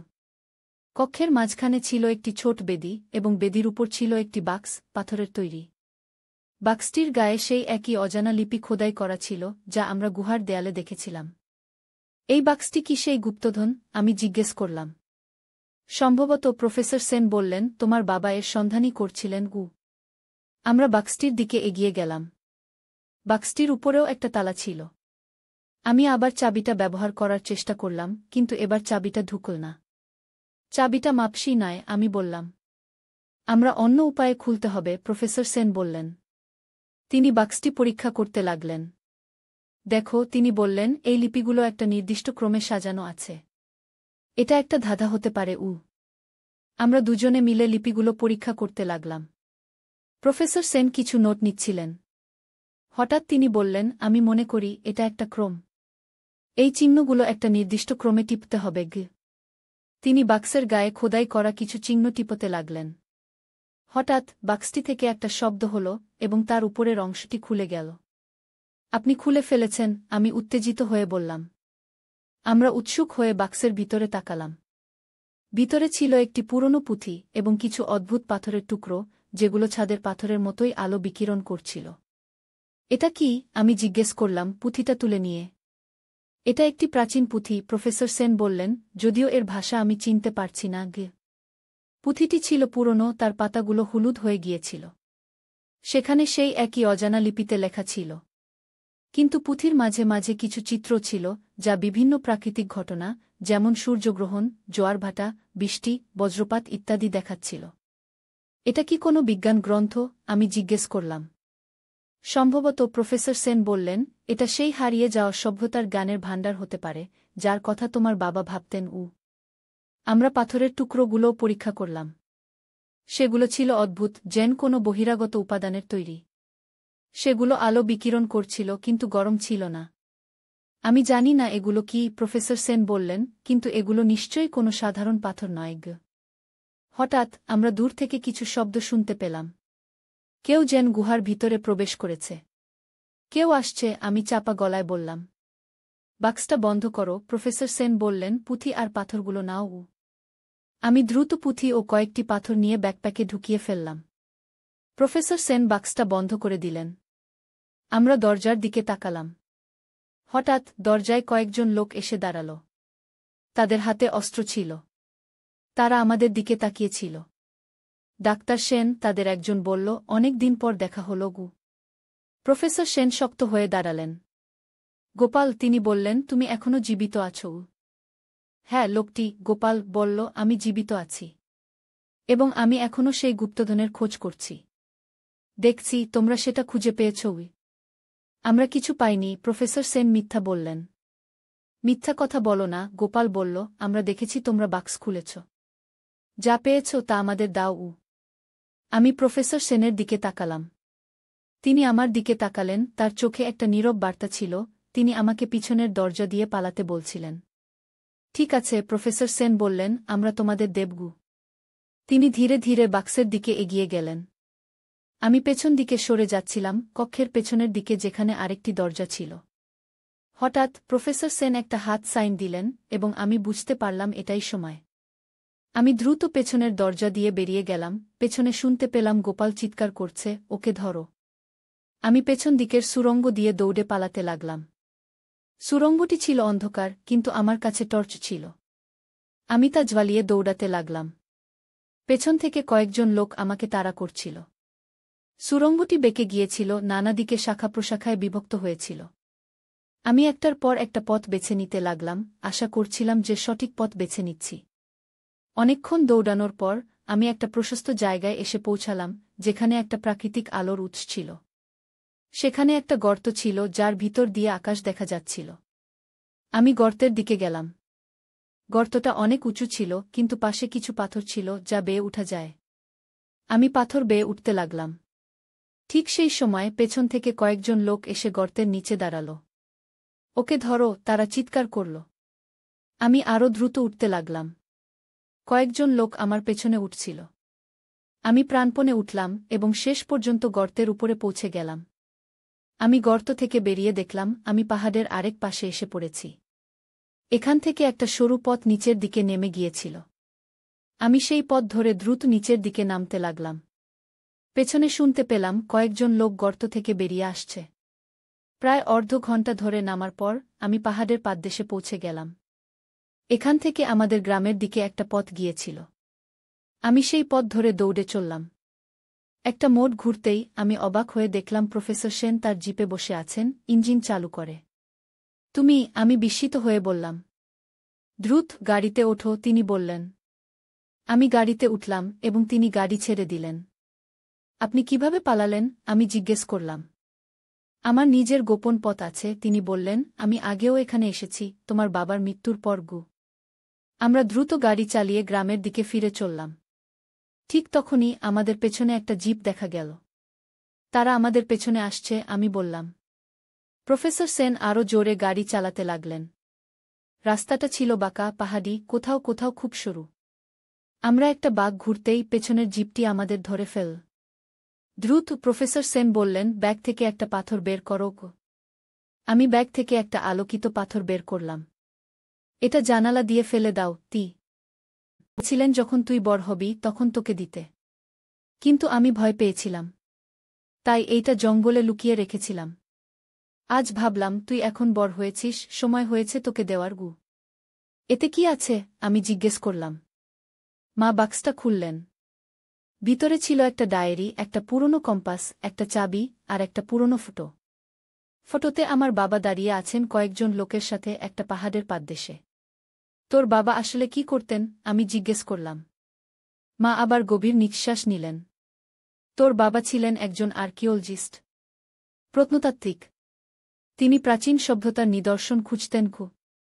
আমি অবাক হয়ে গেলাম। আমি জানতাম বাবা একজন শিক্ষক ছিলেন, কিন্তু প্রত্নতাত্ত্বিক? এ তথ্য আমার কাছে একেবারেই নতুন ছিল। তাহলে তুমি এতদিন আমাকে কেন বলনি? আমি জিজ্ঞেস করলাম। কারণ তোর বাবা মারা গিয়েছিলেন একটা দুর্ঘটনায় নয়, তাকে হত্যা করা হয়েছিল, মা বললেন। তার গলা ভারী হয়ে উঠল। আমি স্তব্ধ হয়ে গেলাম। এতদিন জেনে এসেছি বাবা একটা দুর্ঘটনায় মারা গিয়েছিলেন, কিন্তু আসলে তাকে হত্যা করা হয়েছিল। কে হত্যা করেছিল? কেন? আমি জিজ্ঞেস করলাম, আমার কণ্ঠ কাঁপছিল। তোর বাবা এখানকার পাহাড়ে একটা প্রাচীন মন্দিরের সন্ধান পেয়েছিলেন। সেখানে নাকি একটা গুপ্তধন আছে। এই খবর একটা সন্ত্রাসী গোষ্ঠীর কানে গেল। তারা বাবাকে জোর করে সেই মন্দিরে নিয়ে যেতে চাইল। কিন্তু বাবা রাজি হলেন না। তারা তাকে হত্যা করলও। আমার বুকের ভিতরটা ধসে পড়ল। এতদিন যা জেনে এসেছি তা মিথ্যা? বাবা একজন সাধারণ শিক্ষক ছিলেন না, তিনি ছিলেন একজন প্রত্নতাত্ত্বিক, যিনি একটা প্রাচীন মন্দির আবিষ্কার করেছিলেন, আর সেই কারণেই তাকে হত্যা করা হয়েছিল। তুমি এসব জানতে? আমি জিজ্ঞেস করলাম। হ্যাঁ, জানতাম, মা বললেন, কিন্তু আমি ভয় পেয়েছিলাম। তাই তোকে বলিনি। ভাবলাম তুই যদি এসব জানিস তাহলে তুইও বিপদে পড়বি। আমি ডায়েরিটা খুললাম। সেখানে বাবার হাতের লেখা ছিল। লেখাগুলো অনেকটাই পুরনো হয়ে গিয়েছিল, কিছু কিছু লেখা আর পড়া যাচ্ছিল না। আমি পড়তে লাগলাম। আমি সবশেষে একটি প্রাচীন মন্দিরের সন্ধান পেয়েছি। এই মন্দির সম্ভবত খ্রিস্টপূর্ব ৫ম শতাব্দীর। এখানে প্রাচীন বৌদ্ধ ধর্মের চর্চা হতো। কিন্তু মন্দিরের ভিতরের স্থাপত্য ও চিত্রকর্ম সম্পর্কে আমি যা আবিষ্কার করেছি তা আমাকে বিস্মিত করেছে। এখানে শুধুমাত্র বৌদ্ধ ধর্মের চিহ্নই নয়, হিন্দু ও জৈন ধর্মের চিহ্ন পাওয়া গেছে। এমনকি কিছু চিহ্ন আছে যা কোনো ধর্মের সাথেই মিলছে না। এগুলো কি কোনো হারিয়ে যাওয়া সভ্যতার চিহ্ন? মন্দিরের মূল কক্ষটি এখনও খুঁজে পাওয়া যায়নি। আমার ধারণা মূল কক্ষে একটি গুপ্তধন আছে, যা শুধু সম্পদ নয়, প্রাচীন জ্ঞানের ভাণ্ডারও হতে পারে। কিন্তু আমি একাই এই গবেষণা করতে পারব না। আমার সহকর্মী রাজীব এখানে আসছেন আগামী সপ্তাহে। তবে আমার কেন জানি মনে হচ্ছে কেউ আমাকে অনুসরণ করছে গি।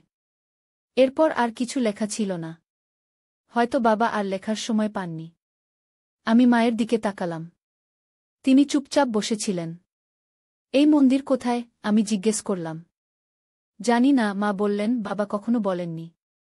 ডায়েরিতেও লেখা নেই গু। আমি বাক্সের ভিতরের জিনিসগুলোর দিকে তাকালাম। কম্পাসটা খুব পুরনো ছিল, কিন্তু এখনও কাজ করছিল।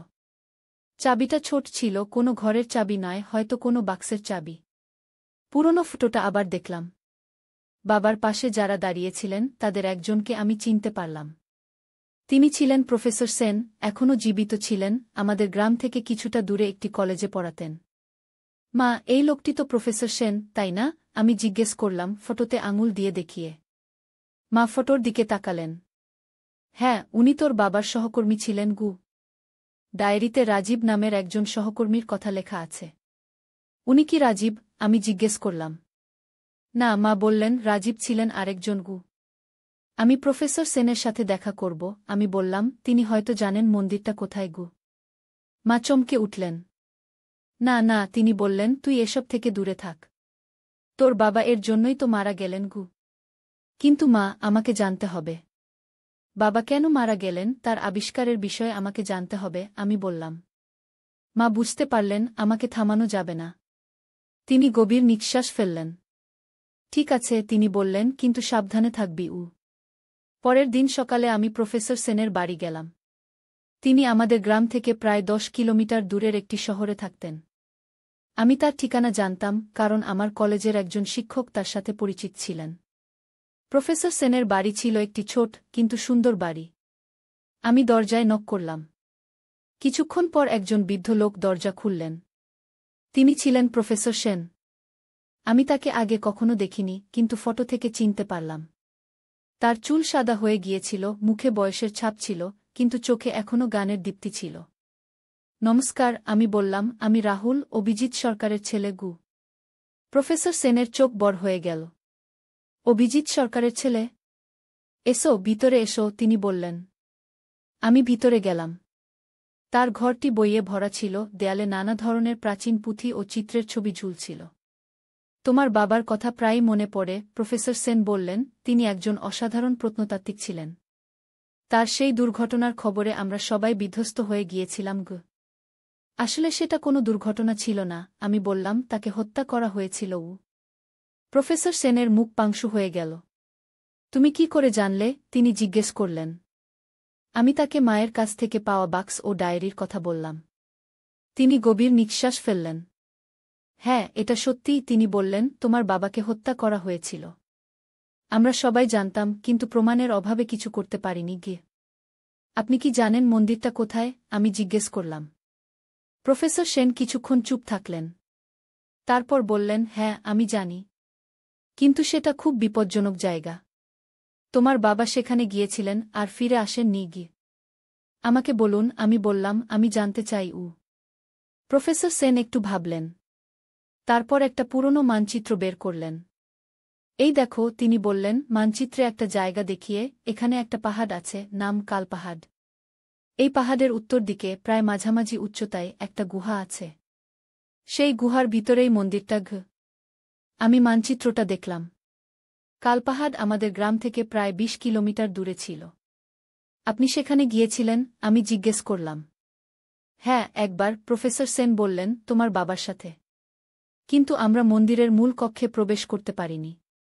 সেখানে একটা দরজা আছে যা বন্ধ আছে। তোমার বাবা সেই দরজা খোলার চাবি খুঁজেছিলেন। আমি জানি না তিনি খুঁজে পেয়েছিলেন কিনা ঘ। আমি বাবার বাক্সে একটা চাবি পেয়েছি, আমি বললাম। প্রফেসর সেনের চোখ উজ্জ্বল হয়ে উঠল। সত্যি? দেখাও আমাকে গু। আমি পকেট থেকে চাবিটা বের করে তাকে দিলাম। তিনি সেটা মনোযোগ দিয়ে পরীক্ষা করলেন। হ্যাঁ, এটা সেই দরজার চাবি হতে পারে, তিনি বললেন। এই চাবিটা অস্বাভাবিক, দেখো, এর ডগায় বিশেষ নকশা আছে। এটা কোনো সাধারণ তালার চাবি নয় গু। আমি সেখানে যেতে চাই, আমি বললাম। প্রফেসর সেন দীর্ঘশ্বাস ফেললেন। আমি জানতাম তুমি এটাই বলবে। তোমার বাবাও ঠিক তোমার মতোই ছিলেন, সাহসী, অনুসন্ধিৎসু। কিন্তু মনে রেখো, এটা বিপজ্জনক। সেই সন্ত্রাসী গোষ্ঠী এখনও সক্রিয় থাকতে পারে কি? আমি জানি, কিন্তু আমাকে যেতেই হবে। বাবার অসমাপ্ত কাজ আমি শেষ করতে চাই। তাহলে আমিও তোমার সাথে যাব, প্রফেসর সেন বললেন। আমি অবাক হয়ে গেলাম। সত্যি? আপনি? হ্যাঁ, তিনি বললেন, তোমার বাবা আমার বন্ধু ছিলেন। আমি তার অসমাপ্ত কাজ পূর্ণ করতে সাহায্য করব। বয়স হয়েছে, কিন্তু এখনও শক্তি আছে কি? পরের দিন সকালে আমরা যাত্রা শুরু করলাম। আমি রাতেই মাকে সব বলেছিলাম। তিনি প্রথমে রাজি হননি, কিন্তু শেষ পর্যন্ত আমার জেদ দেখে সম্মতি দিয়েছিলেন। সাবধানে থাকিস, তিনি বলেছিলেন, তোর বাবার মতো তুইও যেন হারিয়ে না যাস গু। প্রফেসর সেন তার পুরনো জিপটা নিয়ে এসেছিলেন। আমরা তাতে চড়ে যাত্রা শুরু করলাম। রাস্তা ছিল দুর্গম, এঁকেবেঁকে পাহাড়ের দিকে উঠে গিয়েছে। কয়েক ঘণ্টার মধ্যেই আমরা কালপাহাড়ের পাদদেশে পৌঁছে গেলাম। জিপটা এখানেই রাখতে হবে, প্রফেসর সেন বললেন, এর থেকে উপরে আর গাড়ি যাবে না গু। আমরা জিপ থেকে নেমে হাঁটা শুরু করলাম। প্রফেসর সেন একটা ব্যাকপ্যাক নিয়েছিলেন, যাতে ছিল পানি, খাবার, টর্চ, কম্পাস এবং অন্যান্য প্রয়োজনীয় জিনিস। পাহাড়ের পথ ছিল দুর্গম, কোথাও কোথাও ঝোপঝাড় ছিল, কোথাও পাথুরে পথ। প্রায় 2 ঘণ্টা হাঁটার পর আমরা পাহাড়ের মাঝামাঝি উচ্চতায় পৌঁছালাম। এই দিকে প্রফেসর সেন বললেন, একটা পথ দেখিয়ে, এইখানেই গুহার প্রবেশপথ। আমরা সেদিকে এগিয়ে গেলাম। প্রায় আধা ঘণ্টা হাঁটার পর আমরা একটা গুহার সামনে এসে দাঁড়ালাম। গুহার প্রবেশপথ ছিল অন্ধকার, ভিতরে কি আছে বোঝা যাচ্ছিল না। টর্চ জ্বালাও, প্রফেসর সেন বললেন। আমি টর্চ জ্বালালাম। আমরা গুহার ভিতরে প্রবেশ করলাম। গুহার ভিতরটা ছিল শীতল ও আর্দ্র। টর্চের আলো আমরা দেখতে পেলাম, গুহার দেয়ালে নানা ধরনের প্রাচীন চিত্র আঁকা ছিল। এইগুলো দেখো, প্রফেসর সেন বললেন, এইগুলো খ্রিস্টপূর্ব 5ম শতাব্দীর চিত্র। এখানে বৌদ্ধ ধর্মের চিহ্ন দেখতে পাচ্ছ? আমি চিত্রগুলো দেখলাম। সেখানে বুদ্ধের মূর্তি, বোধিবৃক্ষ, স্তূপ এবং অন্যান্য বৌদ্ধ প্রতীক আঁকা ছিল। কিন্তু সেগুলোর পাশেই হিন্দু দেবদেবীর চিত্র ছিল, শিব, বিষ্ণু, দুর্গা। আরও অদ্ভুত ছিল কিছু চিত্র, যাদের কোনো ধর্মের সাথেই মিল ছিল না, জটিল জ্যামিতিক নকশা, অদ্ভুত প্রাণীর চিত্র এবং কিছু অজানা লিপি। এগুলো কি? আমি জিজ্ঞেস করলাম, সেই অজানা লিপির দিকে ইশারা করে। কেউ জানে না, প্রফেসর সেন বললেন, তোমার বাবা মনে করতেন এগুলো কোনো হারিয়ে যাওয়া সভ্যতার লিপি। তিনি এগুলো ডিসিফার করার চেষ্টা করছিলেন। আমরা গুহার ভিতরে আরও গভীরে এগিয়ে গেলাম। গুহার পথ ক্রমশ সরু হয়ে আসছিল। হঠাৎ আমরা একটা বিশাল কক্ষে এসে পৌঁছালাম। কক্ষটি ছিল অনেক বড়, এবং তার মাঝখানে ছিল একটি বিশাল পাথরের বেদি। বেদির উপর ছিল একটি ছোট মন্দির, যেন কোনো মিনিয়েচার। এইটাই মন্দির, প্রফেসর সেন বললেন। আমরা মন্দিরের দিকে এগিয়ে গেলাম। মন্দিরটি ছিল সুন্দর কারুকার্যে সজ্জিত। তার দেয়ালে নানা ধরনের চিত্র ও মূর্তি খোদাই করা ছিল। দরজাটা ছিল পাথরের, এবং সেখানে একটা তালা ছিল। এইটাই সেই দরজা, প্রফেসর সেন বললেন, যেটা আমরা খুলতে পারিনি। আমি পকেট থেকে চাবিটা বের করলাম। এইটা ব্যবহার করে দেখি। আমি চাবিটা তালায় ঢোকালাম। চাবিটা সহজেই ঢুকে গেল। আমি চাবিটা ঘুরালাম। একটা ক্লিক শব্দ হল, এবং তালাটা খুলে গেল। এটাই সেই চাবি, প্রফেসর সেন আবেগের সাথে বললেন। আমরা দুজনেই উত্তেজিত হয়ে উঠলাম। আমি পাথরের দরজাটা ঠেলে খোলার চেষ্টা করলাম। প্রথমে দরজাটা নড়ল না, কিন্তু আমি আর প্রফেসর সেন দুজনে মিলে জোরে ঠেললাম, এবং দরজাটা ধীরে ধীরে খুলে গেল। দরজার পেছনে ছিল আরেকটি কক্ষ, আরও ছোট, কিন্তু আলোকিত। আমরা অবাক হয়ে গেলাম, কক্ষটির ছাদে কিছু অদ্ভুত পাথর লাগানো ছিল, যা আলো বিকিরণ করছিল, যেন কোনো অদ্ভুত দ্বীপ। এগুলো কি? আমি জিজ্ঞেস করলাম। জানি না, প্রফেসর সেন বললেন, এমন পাথর আমি আগে কখনো দেখিনি। কক্ষের মাঝখানে ছিল একটি ছোট বেদি, এবং বেদির উপর ছিল একটি বাক্স, পাথরের তৈরি। বাক্সটির গায়ে সেই একই অজানা লিপি খোদাই করা ছিল, যা আমরা গুহার দেয়ালে দেখেছিলাম। এই বাক্সটি কি সেই গুপ্তধন? আমি জিজ্ঞেস করলাম। সম্ভবত, প্রফেসর সেন বললেন, তোমার বাবা এর সন্ধানই করছিলেন। আমরা বাক্সটির দিকে এগিয়ে গেলাম। বাক্সটির উপরেও একটা তালা ছিল। আমি আবার চাবিটা ব্যবহার করার চেষ্টা করলাম, কিন্তু এবার চাবিটা ঢুকল না। চাবিটা মাপসই নয়, আমি বললাম। আমরা অন্য উপায়ে খুলতে হবে, প্রফেসর সেন বললেন। তিনি বাক্সটি পরীক্ষা করতে লাগলেন। দেখো, তিনি বললেন, এই লিপিগুলো একটা নির্দিষ্ট ক্রমে সাজানো আছে। এটা একটা ধাঁধা হতে পারে। আমরা দুজনে মিলে লিপিগুলো পরীক্ষা করতে লাগলাম। প্রফেসর সেন কিছু নোট নিচ্ছিলেন। হঠাৎ তিনি বললেন, আমি মনে করি এটা একটা ক্রম। এই চিহ্নগুলো একটা নির্দিষ্ট ক্রমে টিপতে হবে। তিনি বাক্সের গায়ে খোদাই করা কিছু চিহ্ন টিপতে লাগলেন। হঠাৎ বাক্সটি থেকে একটা শব্দ হল এবং তার উপরের অংশটি খুলে গেল। আপনি খুলে ফেলেছেন, আমি উত্তেজিত হয়ে বললাম। আমরা উৎসুক হয়ে বাক্সের ভিতরে তাকালাম। ভিতরে ছিল একটি পুরনো পুঁথি এবং কিছু অদ্ভুত পাথরের টুকরো, যেগুলো ছাদের পাথরের মতোই আলো বিকিরণ করছিল। এটা কি? আমি জিজ্ঞেস করলাম পুঁথিটা তুলে নিয়ে। এটা একটি প্রাচীন পুঁথি, প্রফেসর সেন বললেন, যদিও এর ভাষা আমি চিনতে পারছি না। পুঁথিটি ছিল পুরনো, তার পাতাগুলো হলুদ হয়ে গিয়েছিল। সেখানে সেই একই অজানা লিপিতে লেখা ছিল। কিন্তু পুঁথির মাঝে মাঝে কিছু চিত্র ছিল, যা বিভিন্ন প্রাকৃতিক ঘটনা, যেমন সূর্যগ্রহণ, জোয়ারভাটা, বৃষ্টি, বজ্রপাত ইত্যাদি দেখাচ্ছিল। এটা কি কোনো বিজ্ঞান গ্রন্থ? আমি জিজ্ঞেস করলাম। সম্ভবত, প্রফেসর সেন বললেন, এটা সেই হারিয়ে যাওয়া সভ্যতার জ্ঞানের ভাণ্ডার হতে পারে, যার কথা তোমার বাবা ভাবতেন। আমরা পাথরের টুকরোগুলোও পরীক্ষা করলাম। সেগুলো ছিল অদ্ভুত, যেন কোনো বহিরাগত উপাদানের তৈরি। সেগুলো আলো বিকিরণ করছিল, কিন্তু গরম ছিল না। আমি জানি না এগুলো কি, প্রফেসর সেন বললেন, কিন্তু এগুলো নিশ্চয়ই কোনো সাধারণ পাথর নয়। হঠাৎ আমরা দূর থেকে কিছু শব্দ শুনতে পেলাম। কেউ যেন গুহার ভিতরে প্রবেশ করেছে। কেউ আসছে, আমি চাপা গলায় বললাম। বাক্সটা বন্ধ করো, প্রফেসর সেন বললেন, পুঁথি আর পাথরগুলো নাও। আমি দ্রুত পুঁথি ও কয়েকটি পাথর নিয়ে ব্যাকপ্যাকে ঢুকিয়ে ফেললাম। প্রফেসর সেন বাক্সটা বন্ধ করে দিলেন। আমরা দরজার দিকে তাকালাম। হঠাৎ দরজায় কয়েকজন লোক এসে দাঁড়াল। তাদের হাতে অস্ত্র ছিল। তারা আমাদের দিকে তাকিয়েছিল। ডাক্তার সেন, তাদের একজন বলল, অনেক দিন পর দেখা হল। প্রফেসর সেন শক্ত হয়ে দাঁড়ালেন। গোপাল, তিনি বললেন, তুমি এখনো জীবিত আছো? হ্যাঁ, লোকটি, গোপাল বলল, আমি জীবিত আছি। এবং আমি এখনো সেই গুপ্তধনের খোঁজ করছি। দেখছি তোমরা সেটা খুঁজে পেয়েছ। আমরা কিছু পাইনি, প্রফেসর সেন মিথ্যা বললেন। মিথ্যা কথা বলো না, গোপাল বলল, আমরা দেখেছি তোমরা বাক্স খুলেছ। যা পেয়েছ তা আমাদের দাও। আমি প্রফেসর সেনের দিকে তাকালাম। তিনি আমার দিকে তাকালেন, তার চোখে একটা নীরব বার্তা ছিল, তিনি আমাকে পিছনের দরজা দিয়ে পালাতে বলছিলেন। ঠিক আছে, প্রফেসর সেন বললেন, আমরা তোমাদের দেবগু। তিনি ধীরে ধীরে বাক্সের দিকে এগিয়ে গেলেন। আমি পেছন দিকে সরে যাচ্ছিলাম, কক্ষের পেছনের দিকে, যেখানে আরেকটি দরজা ছিল। হঠাৎ প্রফেসর সেন একটা হাত সাইন দিলেন এবং আমি বুঝতে পারলাম এটাই সময়। আমি দ্রুত পেছনের দরজা দিয়ে বেরিয়ে গেলাম। পেছনে শুনতে পেলাম গোপাল চিৎকার করছে, ওকে ধরো। আমি পেছন দিকের সুড়ঙ্গ দিয়ে দৌড়ে পালাতে লাগলাম। সুড়ঙ্গটি ছিল অন্ধকার, কিন্তু আমার কাছে টর্চ ছিল। আমি তা জ্বালিয়ে দৌড়াতে লাগলাম। পেছন থেকে কয়েকজন লোক আমাকে তাড়া করছিল। সুড়ঙ্গটি বেঁকে গিয়েছিল, নানা দিকে শাখা প্রশাখায় বিভক্ত হয়েছিল। আমি একটার পর একটা পথ বেছে নিতে লাগলাম, আশা করছিলাম যে সঠিক পথ বেছে নিচ্ছি।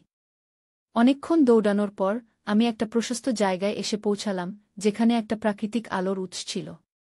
সেখানে একটা গর্ত ছিল, যার ভিতর দিয়ে আকাশ দেখা যাচ্ছিল। আমি গর্তের দিকে গেলাম। গর্তটা অনেক উঁচু ছিল, কিন্তু পাশে কিছু পাথর ছিল, যা বেয়ে উঠা যায়। আমি পাথর বেয়ে উঠতে লাগলাম।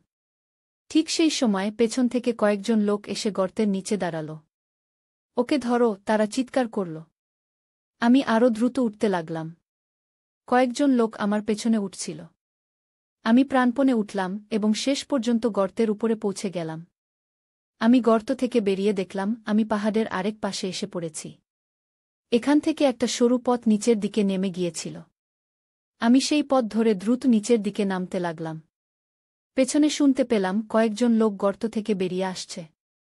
প্রায় অর্ধ ঘণ্টা ধরে নামার পর আমি পাহাড়ের পাদদেশে পৌঁছে গেলাম। এখান থেকে আমাদের গ্রামের দিকে একটা পথ গিয়েছিল। আমি সেই পথ ধরে দৌড়ে চললাম।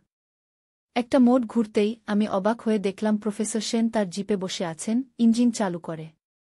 তুমি? আমি বিস্মিত হয়ে বললাম। দ্রুত গাড়িতে ওঠো, তিনি বললেন। আমি গাড়িতে উঠলাম এবং তিনি গাড়ি ছেড়ে দিলেন। আপনি কিভাবে পালালেন? আমি জিজ্ঞেস করলাম। আমার নিজের গোপন পথ আছে। তিনি বললেন, আমি আগেও এখানে এসেছি, তোমার বাবার মৃত্যুর পর গু। আমরা দ্রুত গাড়ি চালিয়ে গ্রামের দিকে ফিরে চললাম। ঠিক তখনই আমাদের পেছনে একটা জিপ দেখা গেল। তারা আমাদের পেছনে আসছে। আমি বললাম। প্রফেসর সেন আরও জোরে গাড়ি চালাতে লাগলেন। রাস্তাটা ছিল বাঁকা, পাহাড়ি, কোথাও কোথাও খুব সরু। আমরা একটা বাঁক ঘুরতেই পেছনের জিপটি আমাদের ধরে ফেল। দ্রুত প্রফেসর সেন বললেন, ব্যাগ থেকে একটা পাথর বের করো। আমি ব্যাগ থেকে একটা আলোকিত পাথর বের করলাম। এটা জানালা দিয়ে ফেলে দাও, ছিলেন যখন তুই বড় হবি তখন তোকে দিতে। কিন্তু আমি ভয় পেয়েছিলাম। তাই এইটা জঙ্গলে লুকিয়ে রেখেছিলাম। আজ ভাবলাম তুই এখন বড় হয়েছিস, সময় হয়েছে তোকে দেওয়ার গু। এতে কি আছে? আমি জিজ্ঞেস করলাম। মা বাক্সটা খুললেন। ভিতরে ছিল একটা ডায়েরি, একটা পুরনো কম্পাস, একটা চাবি আর একটা পুরনো ফটো।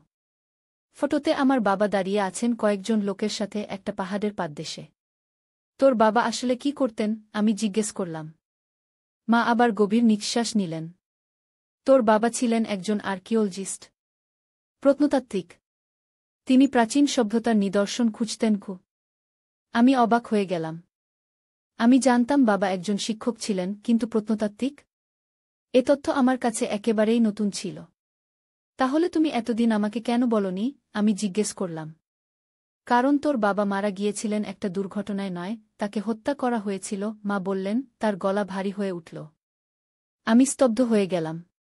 এতদিন জেনে এসেছি বাবা একটা দুর্ঘটনায় মারা গিয়েছিলেন, কিন্তু আসলে তাকে হত্যা করা হয়েছিল। কে হত্যা করেছিল? কেন? আমি জিজ্ঞেস করলাম। আমার কণ্ঠ কাঁপছিল। তোর বাবা এখানকার পাহাড়ে একটা প্রাচীন মন্দিরের সন্ধান পেয়েছিলেন। সেখানে নাকি একটা গুপ্তধন আছে। এই খবর একটা সন্ত্রাসী গোষ্ঠীর কানে গেল। তারা বাবাকে জোর করে সেই মন্দিরে নিয়ে যেতে চাইল। কিন্তু বাবা রাজি হলেন না। তারা তাকে হত্যা করলও। আমার বুকের ভিতরটা ধসে পড়ল। এতদিন যা জেনে এসেছি তা মিথ্যা? বাবা একজন সাধারণ শিক্ষক ছিলেন না, তিনি ছিলেন একজন প্রত্নতাত্ত্বিক, যিনি একটা প্রাচীন মন্দির আবিষ্কার করেছিলেন, আর সেই কারণেই তাকে হত্যা করা হয়েছিল। তুমি এসব জানতে? আমি জিজ্ঞেস করলাম। হ্যাঁ, জানতাম, মা বললেন, কিন্তু আমি ভয় পেয়েছিলাম। তাই তোকে বলিনি। ভাবলাম তুই যদি এসব জানিস তাহলে তুইও বিপদে পড়বি। আমি ডায়েরিটা খুললাম। সেখানে বাবার হাতের লেখা ছিল। লেখাগুলো অনেকটাই পুরনো হয়ে গিয়েছিল, কিছু কিছু লেখা আর পড়া যাচ্ছিল না। আমি পড়তে লাগলাম। আমি সবশেষে একটি প্রাচীন মন্দিরের সন্ধান পেয়েছি। এই মন্দির সম্ভবত খ্রিস্টপূর্ব ৫ম শতাব্দীর। এখানে প্রাচীন বৌদ্ধ ধর্মের চর্চা হতো। কিন্তু মন্দিরের ভিতরের স্থাপত্য ও চিত্রকর্ম সম্পর্কে আমি যা আবিষ্কার করেছি তা আমাকে বিস্মিত করেছে। এখানে শুধুমাত্র বৌদ্ধ ধর্মের চিহ্নই নয়, হিন্দু ও জৈন ধর্মের চিহ্ন পাওয়া গেছে। এমনকি কিছু চিহ্ন আছে যা কোনো ধর্মের সাথেই মিলছে না। এগুলো কি কোনো হারিয়ে যাওয়া সভ্যতার চিহ্ন?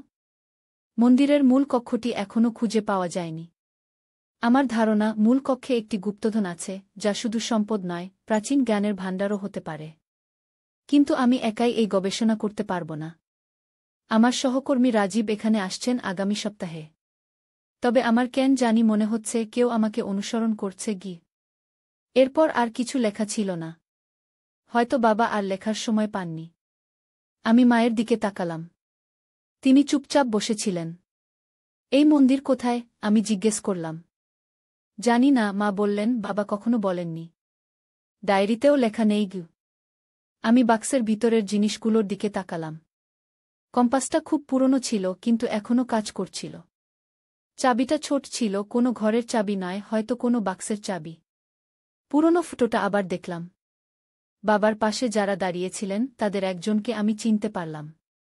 তিনি ছিলেন প্রফেসর সেন, এখনও জীবিত ছিলেন, আমাদের গ্রাম থেকে কিছুটা দূরে একটি কলেজে পড়াতেন।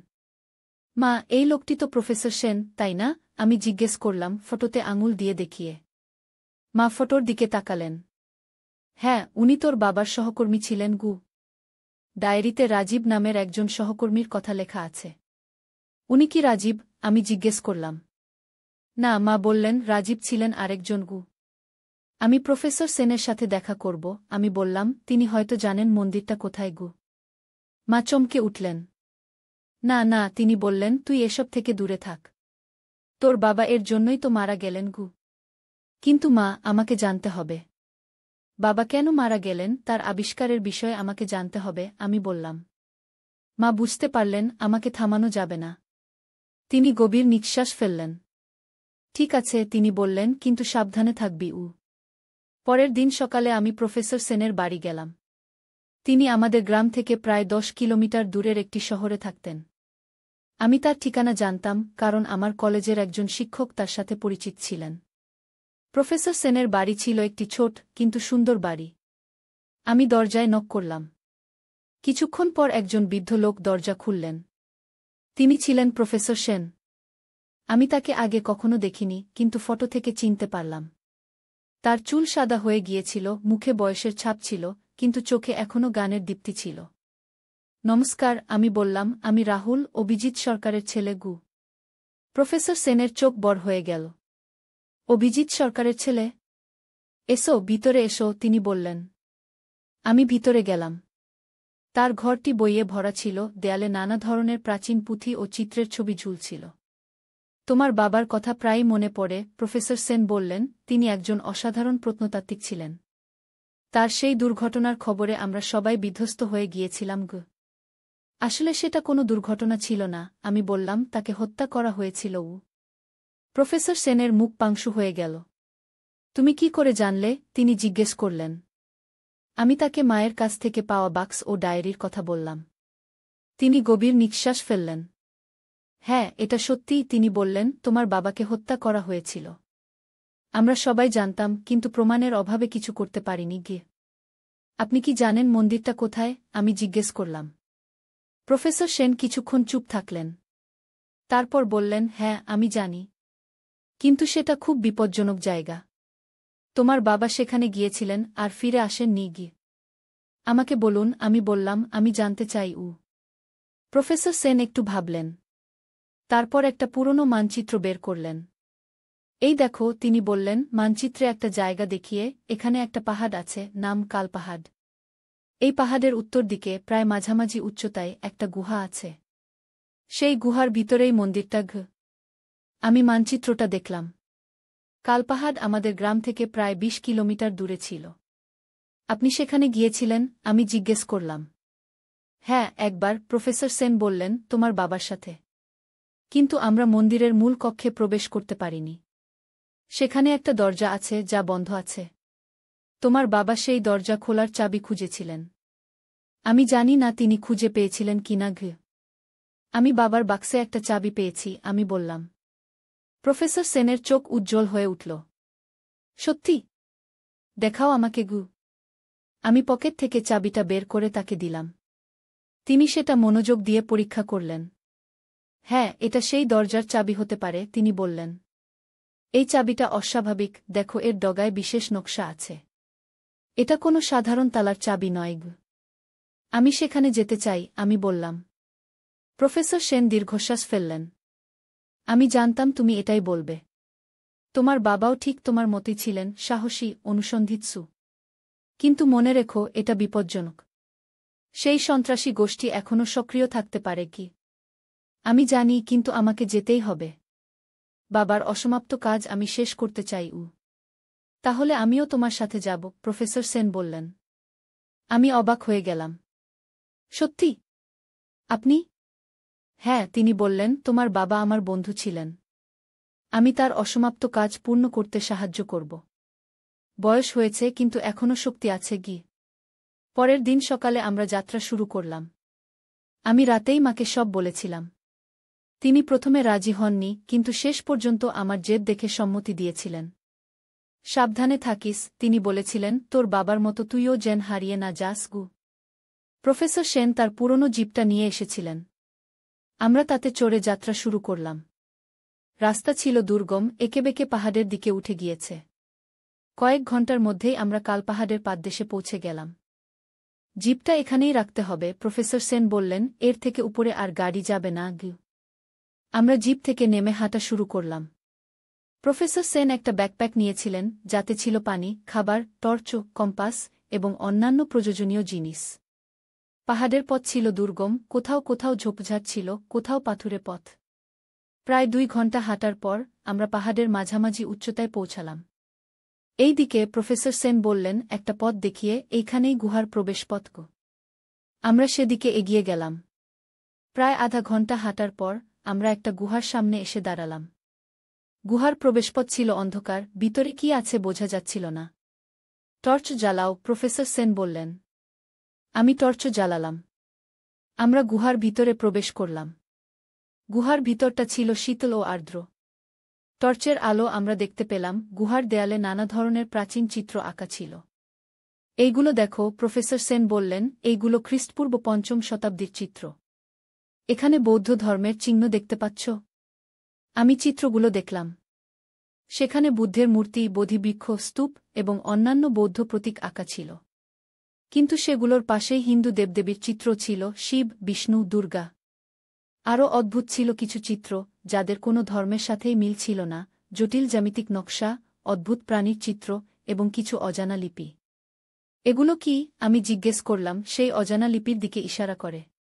কেউ জানে না, প্রফেসর সেন বললেন, তোমার বাবা মনে করতেন এগুলো কোনো হারিয়ে যাওয়া সভ্যতার লিপি।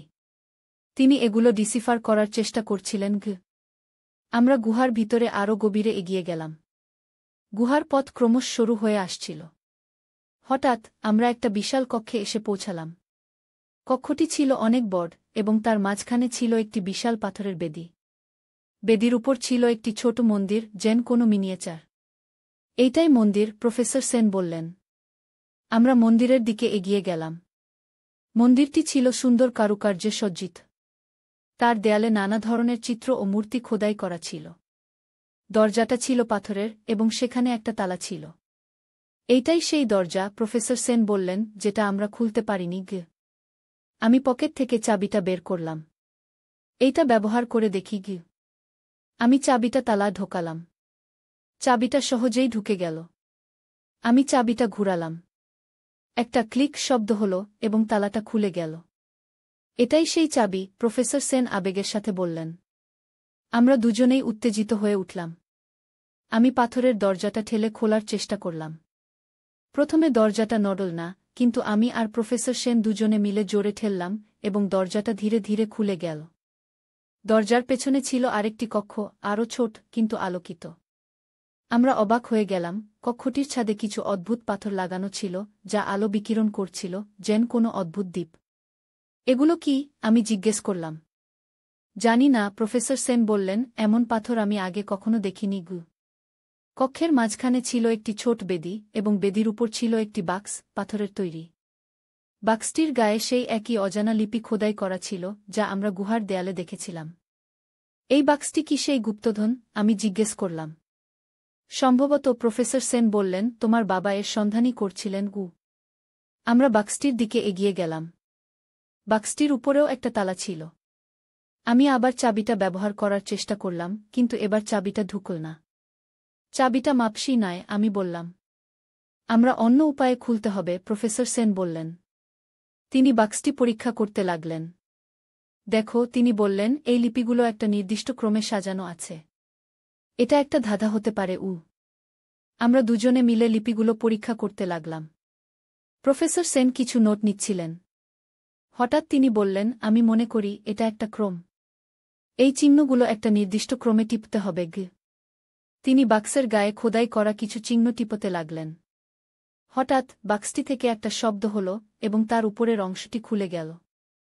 আপনি খুলে ফেলেছেন, আমি উত্তেজিত হয়ে বললাম। আমরা উৎসুক হয়ে বাক্সের ভিতরে তাকালাম। ভিতরে ছিল একটি পুরনো পুঁথি এবং কিছু অদ্ভুত পাথরের টুকরো, যেগুলো ছাদের পাথরের মতোই আলো বিকিরণ করছিল। এটা কি? আমি জিজ্ঞেস করলাম, পুঁথিটা তুলে নিয়ে। এটা একটি প্রাচীন পুঁথি, প্রফেসর সেন বললেন, যদিও এর ভাষা আমি চিনতে পারছি না। পুঁথিটি ছিল পুরনো, তার পাতাগুলো হলুদ হয়ে গিয়েছিল। সেখানে সেই একই অজানা লিপিতে লেখা ছিল। কিন্তু পুঁথির মাঝে মাঝে কিছু চিত্র ছিল, যা বিভিন্ন প্রাকৃতিক ঘটনা, যেমন সূর্যগ্রহণ, জোয়ারভাটা, বৃষ্টি, বজ্রপাত ইত্যাদি দেখাচ্ছিল। এটা কি কোনো বিজ্ঞান গ্রন্থ? আমি জিজ্ঞেস করলাম। সম্ভবত, প্রফেসর সেন বললেন, এটা সেই হারিয়ে যাওয়া সভ্যতার জ্ঞানের ভাণ্ডার হতে পারে, যার কথা তোমার বাবা ভাবতেন। আমরা পাথরের টুকরোগুলোও পরীক্ষা করলাম। সেগুলো ছিল অদ্ভুত, যেন কোনো বহিরাগত উপাদানের তৈরি। সেগুলো আলো বিকিরণ করছিল কিন্তু গরম ছিল না। আমি জানি না এগুলো কি, প্রফেসর সেন বললেন, কিন্তু এগুলো নিশ্চয়ই কোনো সাধারণ পাথর নয়। হঠাৎ আমরা দূর থেকে কিছু শব্দ শুনতে পেলাম। কেউ যেন গুহার ভিতরে প্রবেশ করেছে। কেউ আসছে, আমি চাপা গলায় বললাম। বাক্সটা বন্ধ করো, প্রফেসর সেন বললেন, পুঁথি আর পাথরগুলো নাও। আমি দ্রুত পুঁথি ও কয়েকটি পাথর নিয়ে ব্যাকপ্যাকে ঢুকিয়ে ফেললাম। প্রফেসর সেন বাক্সটা বন্ধ করে দিলেন। আমরা দরজার দিকে তাকালাম। হঠাৎ দরজায় কয়েকজন লোক এসে দাঁড়াল। তাদের হাতে অস্ত্র ছিল। তারা আমাদের দিকে তাকিয়েছিল। ডাক্তার সেন, তাদের একজন বলল, অনেক দিন পর দেখা হল গু। প্রফেসর সেন শক্ত হয়ে দাঁড়ালেন। গোপাল, তিনি বললেন, তুমি এখনো জীবিত আছো? হ্যাঁ, লোকটি, গোপাল বলল, আমি জীবিত আছি। এবং আমি এখনো সেই গুপ্তধনের খোঁজ করছি। দেখছি তোমরা সেটা খুঁজে পেয়েছ। আমরা কিছু পাইনি, প্রফেসর সেন মিথ্যা বললেন। মিথ্যা কথা বলো না, গোপাল বলল, আমরা দেখেছি তোমরা বাক্স খুলেছ। যা পেয়েছ তা আমাদের দাও। আমি প্রফেসর সেনের দিকে তাকালাম। তিনি আমার দিকে তাকালেন, তার চোখে একটা নীরব বার্তা ছিল, তিনি আমাকে পিছনের দরজা দিয়ে পালাতে বলছিলেন। ঠিক আছে, প্রফেসর সেন বললেন, আমরা তোমাদের দেবগু। তিনি ধীরে ধীরে বাক্সের দিকে এগিয়ে গেলেন। আমি পেছন দিকে সরে যাচ্ছিলাম, কক্ষের পেছনের দিকে যেখানে আরেকটি দরজা ছিল। হঠাৎ প্রফেসর সেন একটা হাত সাইন দিলেন এবং আমি বুঝতে পারলাম এটাই সময়। আমি দ্রুত পেছনের দরজা দিয়ে বেরিয়ে গেলাম, পেছনে শুনতে পেলাম গোপাল চিৎকার করছে, ওকে ধরো। আমি পেছন দিকের সুড়ঙ্গ দিয়ে দৌড়ে পালাতে লাগলাম। সুড়ঙ্গটি ছিল অন্ধকার, কিন্তু আমার কাছে টর্চ ছিল। আমি তা জ্বালিয়ে দৌড়াতে লাগলাম। পেছন থেকে কয়েকজন লোক আমাকে তাড়া করছিল। সুড়ঙ্গটি বেঁকে গিয়েছিল, নানা দিকে শাখা প্রশাখায় বিভক্ত হয়েছিল। আমি একটার পর একটা পথ বেছে নিতে লাগলাম, আশা করছিলাম যে সঠিক পথ বেছে নিচ্ছি। অনেকক্ষণ দৌড়ানোর পর আমি একটা প্রশস্ত জায়গায় এসে পৌঁছালাম, যেখানে একটা প্রাকৃতিক আলোর উৎস ছিল। সেখানে একটা গর্ত ছিল, যার ভিতর দিয়ে আকাশ দেখা যাচ্ছিল। আমি গর্তের দিকে গেলাম। গর্তটা অনেক উঁচু ছিল, কিন্তু পাশে কিছু পাথর ছিল যা বেয়ে উঠা যায়। আমি পাথর বেয়ে উঠতে লাগলাম। ঠিক সেই সময় পেছন থেকে কয়েকজন লোক এসে গর্তের নিচে দাঁড়াল। ওকে ধরো, তারা চিৎকার করল।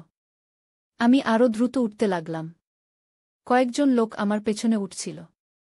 আমি প্রাণপণে উঠলাম এবং শেষ পর্যন্ত গর্তের উপরে পৌঁছে গেলাম। আমি গর্ত থেকে বেরিয়ে দেখলাম আমি পাহাড়ের আরেক পাশে এসে পড়েছি। এখান থেকে একটা সরু পথ নিচের দিকে নেমে গিয়েছিল। আমি সেই পথ ধরে দ্রুত নিচের দিকে নামতে লাগলাম। পেছনে শুনতে পেলাম কয়েকজন লোক গর্ত থেকে বেরিয়ে আসছে। প্রায় অর্ধ ঘণ্টা ধরে নামার পর আমি পাহাড়ের পাদদেশে পৌঁছে গেলাম।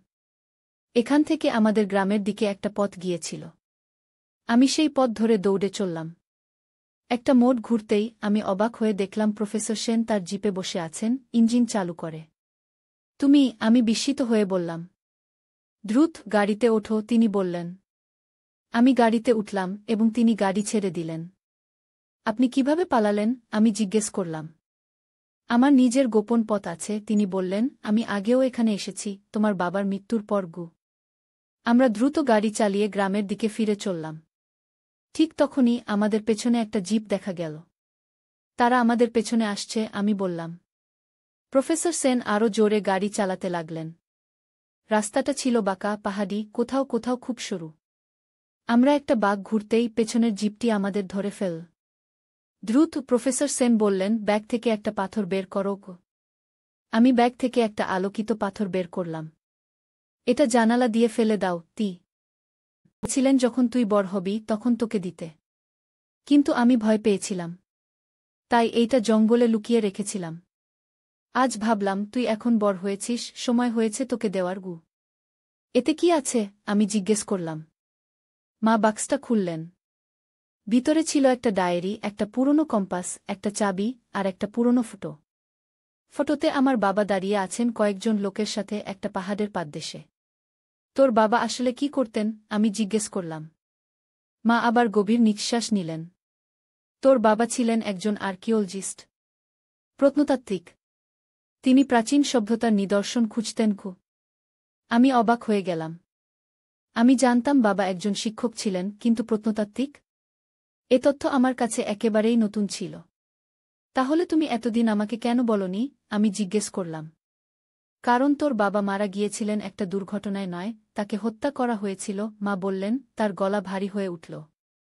আমি স্তব্ধ হয়ে গেলাম। এতদিন জেনে এসেছি বাবা একটা দুর্ঘটনায় মারা গিয়েছিলেন, কিন্তু আসলে তাকে হত্যা করা হয়েছিল। কে হত্যা করেছিল? কেন? আমি জিজ্ঞেস করলাম, আমার কণ্ঠ কাঁপছিল। তোর বাবা এখানকার পাহাড়ে একটা প্রাচীন মন্দিরের সন্ধান পেয়েছিলেন। সেখানে নাকি একটা গুপ্তধন আছে। এই খবর একটা সন্ত্রাসী গোষ্ঠীর কানে গেল। তারা বাবাকে জোর করে সেই মন্দিরে নিয়ে যেতে চাইল। কিন্তু বাবা রাজি হলেন না। তারা তাকে হত্যা করলও। আমার বুকের ভিতরটা ধসে পড়ল। এতদিন যা জেনে এসেছি তা মিথ্যা? বাবা একজন সাধারণ শিক্ষক ছিলেন না, তিনি ছিলেন একজন প্রত্নতাত্ত্বিক, যিনি একটা প্রাচীন মন্দির আবিষ্কার করেছিলেন, আর সেই কারণেই তাকে হত্যা করা হয়েছিল। তুমি এসব জানতে? আমি জিজ্ঞেস করলাম।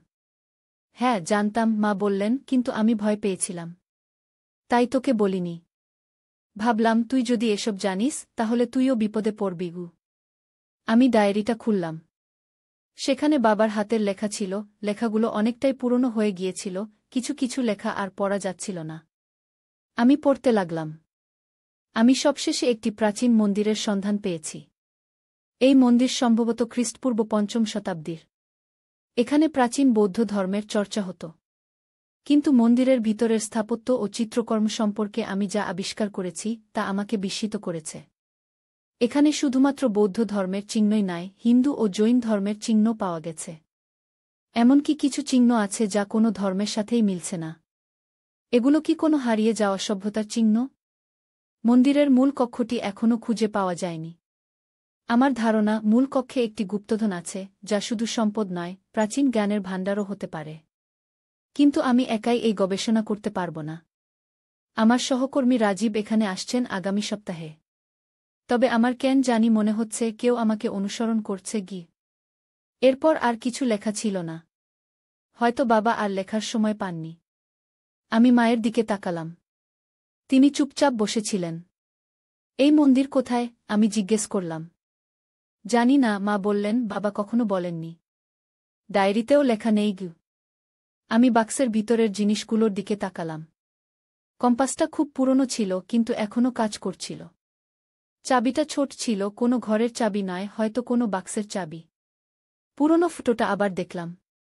বাবার পাশে যারা দাঁড়িয়েছিলেন তাদের একজনকে আমি চিনতে পারলাম। তিনি ছিলেন প্রফেসর সেন, এখনও জীবিত ছিলেন, আমাদের গ্রাম থেকে কিছুটা দূরে একটি কলেজে পড়াতেন। মা, এই লোকটি তো প্রফেসর সেন, তাই না? আমি জিজ্ঞেস করলাম, ফটোতে আঙুল দিয়ে দেখিয়ে। মা ফটোর দিকে তাকালেন। হ্যাঁ, উনি তোর বাবার সহকর্মী ছিলেন। ডায়েরিতে রাজীব নামের একজন সহকর্মীর কথা লেখা আছে। উনি কি রাজীব? আমি জিজ্ঞেস করলাম। না, মা বললেন, রাজীব ছিলেন আরেকজন। আমি প্রফেসর সেনের সাথে দেখা করব, আমি বললাম। তিনি হয়তো জানেন মন্দিরটা কোথায়। মা চমকে উঠলেন। না না, তিনি বললেন, তুই এসব থেকে দূরে থাক। তোর বাবা এর জন্যই তো মারা গেলেন। কিন্তু মা, আমাকে জানতে হবে। বাবা কেন মারা গেলেন তার আবিষ্কারের বিষয়ে আমাকে জানতে হবে, আমি বললাম। মা বুঝতে পারলেন আমাকে থামানো যাবে না। তিনি গভীর নিঃশ্বাস ফেললেন। ঠিক আছে, তিনি বললেন, কিন্তু সাবধানে থাকবি। পরের দিন সকালে আমি প্রফেসর সেনের বাড়ি গেলাম। তিনি আমাদের গ্রাম থেকে প্রায় ১০ কিলোমিটার দূরের একটি শহরে থাকতেন। আমি তার ঠিকানা জানতাম, কারণ আমার কলেজের একজন শিক্ষক তার সাথে পরিচিত ছিলেন। প্রফেসর সেনের বাড়ি ছিল একটি ছোট কিন্তু সুন্দর বাড়ি। আমি দরজায় নক করলাম। কিছুক্ষণ পর একজন বৃদ্ধ লোক দরজা খুললেন। তিনি ছিলেন প্রফেসর সেন। আমি তাকে আগে কখনো দেখিনি, কিন্তু ফটো থেকে চিনতে পারলাম। তার চুল সাদা হয়ে গিয়েছিল, মুখে বয়সের ছাপ ছিল, কিন্তু চোখে এখনও গানের দীপ্তি ছিল।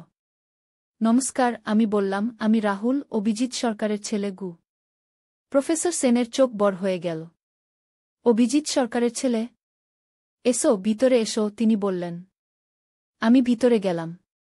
তার ঘরটি বইয়ে ভরা ছিল, দেয়ালে নানা ধরনের প্রাচীন পুঁথি ও চিত্রের ছবি ঝুলছিল। তোমার বাবার কথা প্রায়ই মনে পড়ে, প্রফেসর সেন বললেন। তিনি একজন অসাধারণ প্রত্নতাত্ত্বিক ছিলেন। তার সেই দুর্ঘটনার খবরে আমরা সবাই বিধ্বস্ত হয়ে গিয়েছিলাম। আসলে সেটা কোনো দুর্ঘটনা ছিল না, আমি বললাম, তাকে হত্যা করা হয়েছিল। প্রফেসর সেনের মুখ পাংশু হয়ে গেল।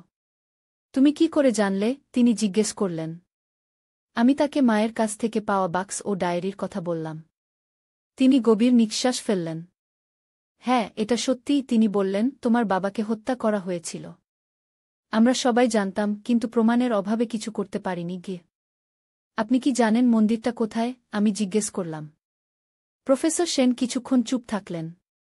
তারপর বললেন, হ্যাঁ, আমি জানি। কিন্তু সেটা খুব বিপজ্জনক জায়গা। তোমার বাবা সেখানে গিয়েছিলেন আর ফিরে আসেননি গিয়ে। আমাকে বলুন। আমি বললাম, আমি জানতে চাই। প্রফেসর সেন একটু ভাবলেন। তারপর একটা পুরনো মানচিত্র বের করলেন। এই দেখো, তিনি বললেন, মানচিত্রে একটা জায়গা দেখিয়ে, এখানে একটা পাহাড় আছে, নাম কাল পাহাড়। এই পাহাড়ের উত্তর দিকে প্রায় মাঝামাঝি উচ্চতায় একটা গুহা আছে। সেই গুহার ভিতরেই মন্দিরটা। আমি মানচিত্রটা দেখলাম। কালপাহাড় আমাদের গ্রাম থেকে প্রায় ২০ কিলোমিটার দূরে ছিল। আপনি সেখানে গিয়েছিলেন? আমি জিজ্ঞেস করলাম। হ্যাঁ, একবার। প্রফেসর সেন বললেন, তোমার বাবার সাথে। কিন্তু আমরা মন্দিরের মূল কক্ষে প্রবেশ করতে পারিনি। সেখানে একটা দরজা আছে যা বন্ধ আছে। তোমার বাবা সেই দরজা খোলার চাবি খুঁজেছিলেন। আমি জানি না তিনি খুঁজে পেয়েছিলেন কিনা। আমি বাবার বাক্সে একটা চাবি পেয়েছি, আমি বললাম। প্রফেসর সেনের চোখ উজ্জ্বল হয়ে উঠল। সত্যি? দেখাও আমাকে। আমি পকেট থেকে চাবিটা বের করে তাকে দিলাম। তিনি সেটা মনোযোগ দিয়ে পরীক্ষা করলেন। হ্যাঁ, এটা সেই দরজার চাবি হতে পারে, তিনি বললেন। এই চাবিটা অস্বাভাবিক, দেখো এর ডগায় বিশেষ নকশা আছে। এটা কোনো সাধারণ তালার চাবি নয়। আমি সেখানে যেতে চাই, আমি বললাম। প্রফেসর সেন দীর্ঘশ্বাস ফেললেন। আমি জানতাম তুমি এটাই বলবে। তোমার বাবাও ঠিক তোমার মতোই ছিলেন, সাহসী, অনুসন্ধিৎসু। কিন্তু মনে রেখো, এটা বিপজ্জনক। সেই সন্ত্রাসী গোষ্ঠী এখনও সক্রিয় থাকতে পারে কি? আমি জানি, কিন্তু আমাকে যেতেই হবে। বাবার অসমাপ্ত কাজ আমি শেষ করতে চাই। তাহলে আমিও তোমার সাথে যাব, প্রফেসর সেন বললেন। আমি অবাক হয়ে গেলাম। সত্যি? আপনি? হ্যাঁ, তিনি বললেন, তোমার বাবা আমার বন্ধু ছিলেন। আমি তার অসমাপ্ত কাজ পূর্ণ করতে সাহায্য করব। বয়স হয়েছে, কিন্তু এখনও শক্তি আছে। পরের দিন সকালে আমরা যাত্রা শুরু করলাম। আমি রাতেই মাকে সব বলেছিলাম। তিনি প্রথমে রাজি হননি, কিন্তু শেষ পর্যন্ত আমার জেদ দেখে সম্মতি দিয়েছিলেন। সাবধানে থাকিস, তিনি বলেছিলেন, তোর বাবার মতো তুইও যেন হারিয়ে না যাস। প্রফেসর সেন তার পুরনো জিপটা নিয়ে এসেছিলেন। আমরা তাতে চড়ে যাত্রা শুরু করলাম। রাস্তা ছিল দুর্গম, এঁকেবেঁকে পাহাড়ের দিকে উঠে গিয়েছে। কয়েক ঘন্টার মধ্যেই আমরা কালপাহাড়ের পাদদেশে পৌঁছে গেলাম। জিপটা এখানেই রাখতে হবে, প্রফেসর সেন বললেন, এর থেকে উপরে আর গাড়ি যাবে না। আমরা জিপ থেকে নেমে হাঁটা শুরু করলাম। প্রফেসর সেন একটা ব্যাকপ্যাক নিয়েছিলেন, যাতে ছিল পানি, খাবার, টর্চ, কম্পাস এবং অন্যান্য প্রয়োজনীয় জিনিস। পাহাড়ের পথ ছিল দুর্গম, কোথাও কোথাও ঝোপঝাড় ছিল, কোথাও পাথুরে পথ। প্রায় ২ ঘণ্টা হাঁটার পর আমরা পাহাড়ের মাঝামাঝি উচ্চতায় পৌঁছালাম। এই দিকে প্রফেসর সেন বললেন, একটা পথ দেখিয়ে, এইখানেই গুহার প্রবেশপথ। আমরা সেদিকে এগিয়ে গেলাম। প্রায় আধা ঘণ্টা হাঁটার পর আমরা একটা গুহার সামনে এসে দাঁড়ালাম। গুহার প্রবেশপথ ছিল অন্ধকার, ভিতরে কি আছে বোঝা যাচ্ছিল না। টর্চ জ্বালাও, প্রফেসর সেন বললেন। আমি টর্চ জ্বালালাম। আমরা গুহার ভিতরে প্রবেশ করলাম। গুহার ভিতরটা ছিল শীতল ও আর্দ্র। টর্চের আলো আমরা দেখতে পেলাম, গুহার দেয়ালে নানা ধরনের প্রাচীন চিত্র আঁকা ছিল। এইগুলো দেখো, প্রফেসর সেন বললেন, এইগুলো খ্রিস্টপূর্ব ৫ম শতাব্দীর চিত্র। এখানে বৌদ্ধ ধর্মের চিহ্ন দেখতে পাচ্ছ? আমি চিত্রগুলো দেখলাম। সেখানে বুদ্ধের মূর্তি, বোধিবৃক্ষ, স্তূপ এবং অন্যান্য বৌদ্ধ প্রতীক আঁকা ছিল। কিন্তু সেগুলোর পাশেই হিন্দু দেবদেবীর চিত্র ছিল, শিব, বিষ্ণু, দুর্গা। আরও অদ্ভুত ছিল কিছু চিত্র, যাদের কোনো ধর্মের সাথেই মিল ছিল না, জটিল জ্যামিতিক নকশা, অদ্ভুত প্রাণীর চিত্র এবং কিছু অজানা লিপি। এগুলো কি? আমি জিজ্ঞেস করলাম, সেই অজানা লিপির দিকে ইশারা করে। কেউ জানে না, প্রফেসর সেন বললেন, তোমার বাবা মনে করতেন এগুলো কোনো হারিয়ে যাওয়া সভ্যতার লিপি। তিনি এগুলো ডিসিফার করার চেষ্টা করছিলেন। আমরা গুহার ভিতরে আরও গভীরে এগিয়ে গেলাম। গুহার পথ ক্রমশ সরু হয়ে আসছিল। হঠাৎ আমরা একটা বিশাল কক্ষে এসে পৌঁছালাম। কক্ষটি ছিল অনেক বড় এবং তার মাঝখানে ছিল একটি বিশাল পাথরের বেদি। বেদির উপর ছিল একটি ছোট মন্দির, যেন কোনো মিনিয়েচার। এইটাই মন্দির, প্রফেসর সেন বললেন। আমরা মন্দিরের দিকে এগিয়ে গেলাম। মন্দিরটি ছিল সুন্দর কারুকার্যে সজ্জিত। তার দেয়ালে নানা ধরনের চিত্র ও মূর্তি খোদাই করা ছিল। দরজাটা ছিল পাথরের এবং সেখানে একটা তালা ছিল। এইটাই সেই দরজা, প্রফেসর সেন বললেন, যেটা আমরা খুলতে পারিনি। আমি পকেট থেকে চাবিটা বের করলাম। এইটা ব্যবহার করে দেখি। আমি চাবিটা তালায় ঢোকালাম। চাবিটা সহজেই ঢুকে গেল। আমি চাবিটা ঘুরালাম। একটা ক্লিক শব্দ হল এবং তালাটা খুলে গেল। এটাই সেই চাবি, প্রফেসর সেন আবেগের সাথে বললেন। আমরা দুজনেই উত্তেজিত হয়ে উঠলাম। আমি পাথরের দরজাটা ঠেলে খোলার চেষ্টা করলাম। প্রথমে দরজাটা নড়ল না, কিন্তু আমি আর প্রফেসর সেন দুজনে মিলে জোরে ঠেললাম এবং দরজাটা ধীরে ধীরে খুলে গেল। দরজার পেছনে ছিল আরেকটি কক্ষ, আরও ছোট কিন্তু আলোকিত। আমরা অবাক হয়ে গেলাম। কক্ষটির ছাদে কিছু অদ্ভুত পাথর লাগানো ছিল, যা আলো বিকিরণ করছিল, যেন কোনো অদ্ভুত দ্বীপ। এগুলো কি? আমি জিজ্ঞেস করলাম। জানি না, প্রফেসর সেন বললেন, এমন পাথর আমি আগে কখনো দেখিনি। কক্ষের মাঝখানে ছিল একটি ছোট বেদি এবং বেদির উপর ছিল একটি বাক্স, পাথরের তৈরি। বাক্সটির গায়ে সেই একই অজানা লিপি খোদাই করা ছিল, যা আমরা গুহার দেয়ালে দেখেছিলাম। এই বাক্সটি কি সেই গুপ্তধন? আমি জিজ্ঞেস করলাম। সম্ভবত, প্রফেসর সেন বললেন, তোমার বাবা এর সন্ধানই করছিলেন। আমরা বাক্সটির দিকে এগিয়ে গেলাম। বাক্সটির উপরেও একটা তালা ছিল। আমি আবার চাবিটা ব্যবহার করার চেষ্টা করলাম, কিন্তু এবার চাবিটা ঢুকল না। চাবিটা মাপসই নয়, আমি বললাম। আমরা অন্য উপায়ে খুলতে হবে, প্রফেসর সেন বললেন। তিনি বাক্সটি পরীক্ষা করতে লাগলেন। দেখো, তিনি বললেন, এই লিপিগুলো একটা নির্দিষ্ট ক্রমে সাজানো আছে। এটা একটা ধাঁধা হতে পারে। আমরা দুজনে মিলে লিপিগুলো পরীক্ষা করতে লাগলাম। প্রফেসর সেন কিছু নোট নিচ্ছিলেন। হঠাৎ তিনি বললেন, আমি মনে করি এটা একটা ক্রম। এই চিহ্নগুলো একটা নির্দিষ্ট ক্রমে টিপতে হবে। তিনি বাক্সের গায়ে খোদাই করা কিছু চিহ্ন টিপতে লাগলেন। হঠাৎ বাক্সটি থেকে একটা শব্দ হল এবং তার উপরের অংশটি খুলে গেল। আপনি খুলে ফেলেছেন, আমি উত্তেজিত হয়ে বললাম। আমরা উৎসুক হয়ে বাক্সের ভিতরে তাকালাম। ভিতরে ছিল একটি পুরনো পুঁথি এবং কিছু অদ্ভুত পাথরের টুকরো, যেগুলো ছাদের পাথরের মতোই আলো বিকিরণ করছিল। এটা কি? আমি জিজ্ঞেস করলাম, পুঁথিটা তুলে নিয়ে। এটা একটি প্রাচীন পুঁথি, প্রফেসর সেন বললেন, যদিও এর ভাষা আমি চিনতে পারছি না। পুঁথিটি ছিল পুরনো, তার পাতাগুলো হলুদ হয়ে গিয়েছিল। সেখানে সেই একই অজানা লিপিতে লেখা ছিল। কিন্তু পুঁথির মাঝে মাঝে কিছু চিত্র ছিল, যা বিভিন্ন প্রাকৃতিক ঘটনা, যেমন সূর্যগ্রহণ, জোয়ারভাটা, বৃষ্টি, বজ্রপাত ইত্যাদি দেখাচ্ছিল। এটা কি কোনো বিজ্ঞান গ্রন্থ? আমি জিজ্ঞেস করলাম। সম্ভবত, প্রফেসর সেন বললেন, এটা সেই হারিয়ে যাওয়া সভ্যতার জ্ঞানের ভাণ্ডার হতে পারে, যার কথা তোমার বাবা ভাবতেন। আমরা পাথরের টুকরোগুলোও পরীক্ষা করলাম। সেগুলো ছিল অদ্ভুত, যেন কোনো বহিরাগত উপাদানের তৈরি। সেগুলো আলো বিকিরণ করছিল, কিন্তু গরম ছিল না। আমি জানি না এগুলো কি, প্রফেসর সেন বললেন, কিন্তু এগুলো নিশ্চয়ই কোনো সাধারণ পাথর নয়। হঠাৎ আমরা দূর থেকে কিছু শব্দ শুনতে পেলাম। কেউ যেন গুহার ভিতরে প্রবেশ করেছে। কেউ আসছে, আমি চাপা গলায় বললাম। বাক্সটা বন্ধ করো, প্রফেসর সেন বললেন, পুঁথি আর পাথরগুলো নাও। আমি দ্রুত পুঁথি ও কয়েকটি পাথর নিয়ে ব্যাকপ্যাকে ঢুকিয়ে ফেললাম। প্রফেসর সেন বাক্সটা বন্ধ করে দিলেন। আমরা দরজার দিকে তাকালাম। হঠাৎ দরজায় কয়েকজন লোক এসে দাঁড়াল। তাদের হাতে অস্ত্র ছিল। তারা আমাদের দিকে তাকিয়েছিল।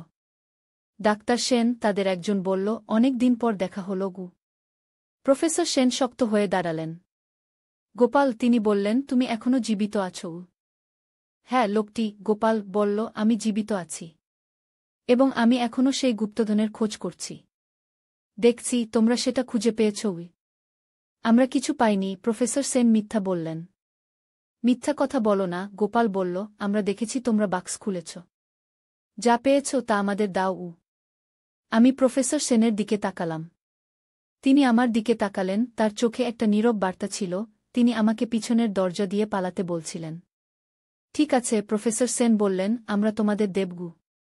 তিনি ধীরে ধীরে বাক্সের দিকে এগিয়ে গেলেন। আমি পেছন দিকে সরে যাচ্ছিলাম, কক্ষের পেছনের দিকে যেখানে আরেকটি দরজা ছিল। হঠাৎ প্রফেসর সেন একটা হাত সাইন দিলেন এবং আমি বুঝতে পারলাম এটাই সময়। আমি দ্রুত পেছনের দরজা দিয়ে বেরিয়ে গেলাম, পেছনে শুনতে পেলাম গোপাল চিৎকার করছে, ওকে ধরো। আমি পেছন দিকের সুড়ঙ্গ দিয়ে দৌড়ে পালাতে লাগলাম। সুড়ঙ্গটি ছিল অন্ধকার, কিন্তু আমার কাছে টর্চ ছিল। আমি তা জ্বালিয়ে দৌড়াতে লাগলাম। পেছন থেকে কয়েকজন লোক আমাকে তাড়া করছিল। সুড়ঙ্গটি বেঁকে গিয়েছিল, নানা দিকে শাখা প্রশাখায় বিভক্ত হয়েছিল।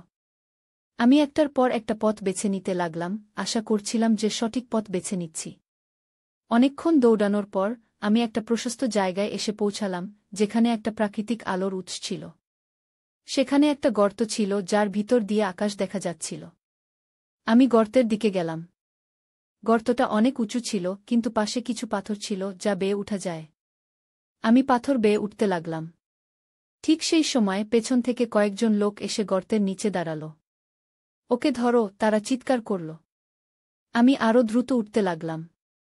কয়েকজন লোক আমার পেছনে উঠছিল। আমি প্রাণপণে উঠলাম এবং শেষ পর্যন্ত গর্তের উপরে পৌঁছে গেলাম। আমি গর্ত থেকে বেরিয়ে দেখলাম আমি পাহাড়ের আরেক পাশে এসে পড়েছি। এখান থেকে একটা সরু পথ নিচের দিকে নেমে গিয়েছিল। আমি সেই পথ ধরে দ্রুত নিচের দিকে নামতে লাগলাম। পেছনে শুনতে পেলাম কয়েকজন লোক গর্ত থেকে বেরিয়ে আসছে। প্রায় অর্ধ ঘণ্টা ধরে নামার পর আমি পাহাড়ের পাদদেশে পৌঁছে গেলাম। এখান থেকে আমাদের গ্রামের দিকে একটা পথ গিয়েছিল। আমি সেই পথ ধরে দৌড়ে চললাম। একটা মোড় ঘুরতেই আমি অবাক হয়ে দেখলাম প্রফেসর সেন তার জিপে বসে আছেন, ইঞ্জিন চালু করে। আমি বিস্মিত হয়ে বললাম। দ্রুত গাড়িতে ওঠো, তিনি বললেন। আমি গাড়িতে উঠলাম এবং তিনি গাড়ি ছেড়ে দিলেন। আপনি কিভাবে পালালেন? আমি জিজ্ঞেস করলাম। আমার নিজের গোপন পথ আছে, তিনি বললেন। আমি আগেও এখানে এসেছি, তোমার বাবার মৃত্যুর পর আমরা দ্রুত গাড়ি চালিয়ে গ্রামের দিকে ফিরে চললাম।